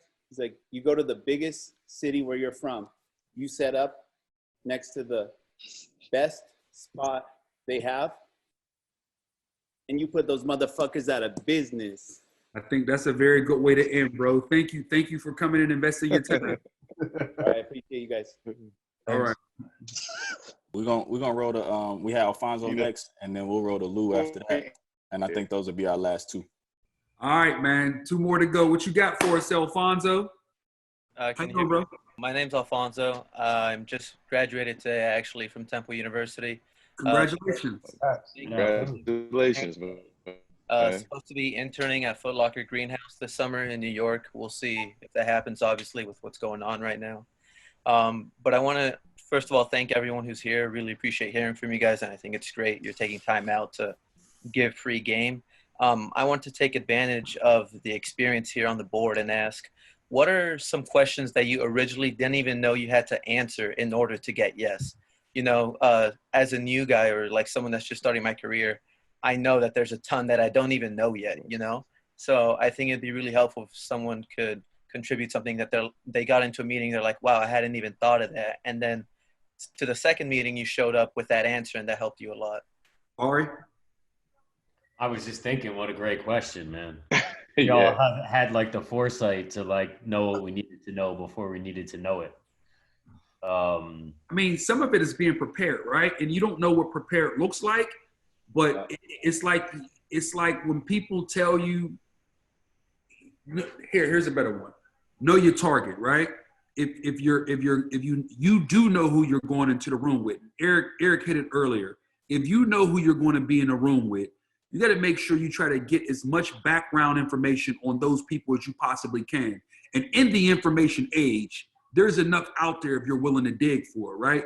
Once you can start digging and you create your file and each person is going to be in a room and understand what's important to them, and especially what's important to them as it concerns you, it'll help you start to formulate the questions that you need to get to the next step. Does that make sense? Yeah, thank you. Makes a lot of sense. Also, well, yeah, that's good. And I will be hitting everyone up here on LinkedIn if I heard you talk or if I saw your name, just because. Like Alfonso, another thing though is also being a great listener when you're in that room, and just like soaking it up, and also being very direct with your questioning. Like, ask somebody what's the pain points of the company, like where do they believe that they need help. Like, you're about to work with Mel Peralta. Hopefully, you'll be working with him. He's a great guy, down to earth guy. Like, pick his brain. He will just feed you knowledge. Yeah, shout out to Mel. Mel's a great dude. Salt of the earth, man, and he's like that patient kind of guy. Definitely like great resource to have. That's a good one about, I think, also just that idea of networking. And like, I would get emails from new employees or interns in the company when I was at Adidas being like, can I grab 30 minutes with you to have a coffee? And I ended up hiring 2 of those people for jobs because we ended up getting to know each other. I could see what they were learning. So it's an awesome time to just, put yourself on the line a little bit. Half our teams were interns for us. Like some of our most senior guys were cutting boxes and had a cart in their hand for 10 years ago, and they're crushing now. Man, all senior people. You want to hire the people who you know and you can trust, and the easiest way to get close to somebody is be willing to learn for free. Be willing to get close to them, and the easiest way to do is work for free. Well, the reality is, entry-level jobs are much more difficult to get now. So like back in the day, you could hire entry-level. Now, even to hire somebody that's entry-level, usually that's why we've hired so many interns, because the intern developed a skill set or they gained a knowledge base that was enough to get them employed. And then their journey was able to start. And now, not everybody has that opportunity, but there's plenty of people that come to us sometimes, they'll be like, I just want to get a job, but they don't even have the basic skill set for us to even bring them in for what we would consider entry level. And so, and it's hard to figure out how to get that skill set sometimes. And, you're young, if you graduate from college, I would think that you're young. So this is a time in your life where you have that freedom, because somebody else may be in another place in their life and they don't have the freedom. There's actually a person who had interned for us, who a lot of people on this call professional in another field, and actually was able to take a break and intern so that he could come up in this field. And what I mean by that was he was just in a place where he was able to do that. A lot of people are not in a place to be able to do that. So take advantage of this time that you got right now and get the most out of it. This time, if I'm a kid at home right now and I don't have something to do, I'm calling I'm DMing anybody who got any information I need and volunteering to be all of their intern right now, because you can be a virtual intern for 100 people, right? Right now is the time to move forward. People got to figure out how to use this time that we have to benefit them best, especially if you're young, fresh out of school and looking for opportunities. Well, and if you own a company right now, the last thing you want to do is pay someone to do that work. So like you'd be way appreciative to like have someone be calling for free to help you out during this time when like nobody's making much money, That's a really important point. Yeah. Yeah. So interns hit us all up. We take them right. Bring it on. Yeah, we reach back to everyone. We always take interns. Yeah, I was about to say too. It's about. I know I'm probably I'm the newest to the industry on the call or on the panel, and for me it was all about being able to do those little things that help you stand out. Similar to how Rachel was talking about how interns asked her for coffee, or they were saying like asking direct. Pale was talking about asking the pain points directly. For me, it was doing those little extra things. I started out as a product photographer, but I was also helping pack boxes. I was also helping sweep the warehouse. I was, being invested beyond, just those initial hours of going beyond what my role required. And a career, not a job. Right. And then, for me, this is somebody who's making a pivot, at 25, after being in corporate America for a little bit. So, and then, going into working retail. So, you got to be willing to do those extra things that'll help you stand out no matter what level you're at in your career, especially if you're shifting or coming into a new space. And those are the things that are going to help you, stand out as well in terms of, people remembering you and getting those next opportunities and getting that extra, like the more time you spend adjacent to something, the more you can learn about it. So I'm learning more about the company that I'm working for by sweeping the warehouse. And it's not about sweeping the warehouse, but it's about having a conversation with Kev or having an extra conversation with the warehouse manager that helps me learn how my function relates to their function. Yep. And at that point, you're starting to push the company forward, and there's a synergy that gets built within the work that you're doing. And that's when your team is synergized like that, you can't lose. Man, listen, the one thing about our team, we're Voltron, man. And I say all the time, like, once again, I praise our team and the leaders on our team, because we all are octopus. We all got 8 hands, and we're all willing to use them for the betterment of the team. And I think when you come into our culture, that's the first thing you realize. Like, fuck job descriptions. We all about getting it done, whatever that means today. Obviously, job descriptions are important for us to be able to go out and attack the world, but we're also looking at how do we show up best every day within our roles, and how can we partner with the other people on our team to help make the whole overall team better. If that makes sense. Yeah, thank you. I appreciate that. Thanks everyone for their responses. Congratulations again, man. Welcome to the start of your new journey, man. Thank you for investing your time with us. All right, can I dive in here? Go for it, Luke. Go for it. Actually, first of all, Alfonso, congrats on graduating once again. My name is Lucini. I'm currently a software engineer at Twitter. At the moment, I am based in Charlotte, but I'm usually in San Francisco. I got 2 questions. One of them that was kind of asked earlier, so you can be very brief with it. What are the best ways to nudge your client into a new product idea that is statistically proven to work, but not necessarily their immediate ask? I mean, I would be loaded if I answered the question, so I won't. I'm gonna listen. I feel like you nudging me right now. I ain't gonna say nothing. I feel like you nudging me. Yeah. So I mean, I'd say it's about knowing the environment. Timing is everything. right? So understanding the environment that the person it's about being empathetic towards that organization, right? And if you have, you know, an opportunity to work with somebody, or if you're already working with somebody in some capacity, or you have their ear to some capacity, it's about getting as much information to understand where they are, to understand where you could potentially fit in organically. Because if you try and come in with your initial offering, but they're not ready to accept it, or they don't have the infrastructure isn't in place to accept it, then, you know, you could end up damaging the relationship, again, to what we were talking about earlier about pushing too hard and things like that. So it's just about understanding the environment that you're in, understanding what's going on, and being able to be empathetic to that, and you know, looking at it from a partnership perspective. Like, if it doesn't make sense for somebody at that point in time, it doesn't make sense for them. But, you know, being able to be consistent, have that genuine follow-up, having those genuine conversations, and then understanding that, you know, in due time, you know what I mean, the window will be open for, if it truly is a value add and it truly is on their priority to get it done, they'll get it done. You know what I mean? Okay, cool. Thanks, Dave. And just very briefly, earlier, James hinted at the fact that retail is dying. However, I think the stat is 85% of retail revenue is generated in stores, while luxury retail is at like a 90%. So with that being said, what are creative ways Adidas and Humankind, what are ways Adidas and Humankind are like trying to combat COVID with, you know, creative retail strategies going forward? Yeah, I mean, I can start.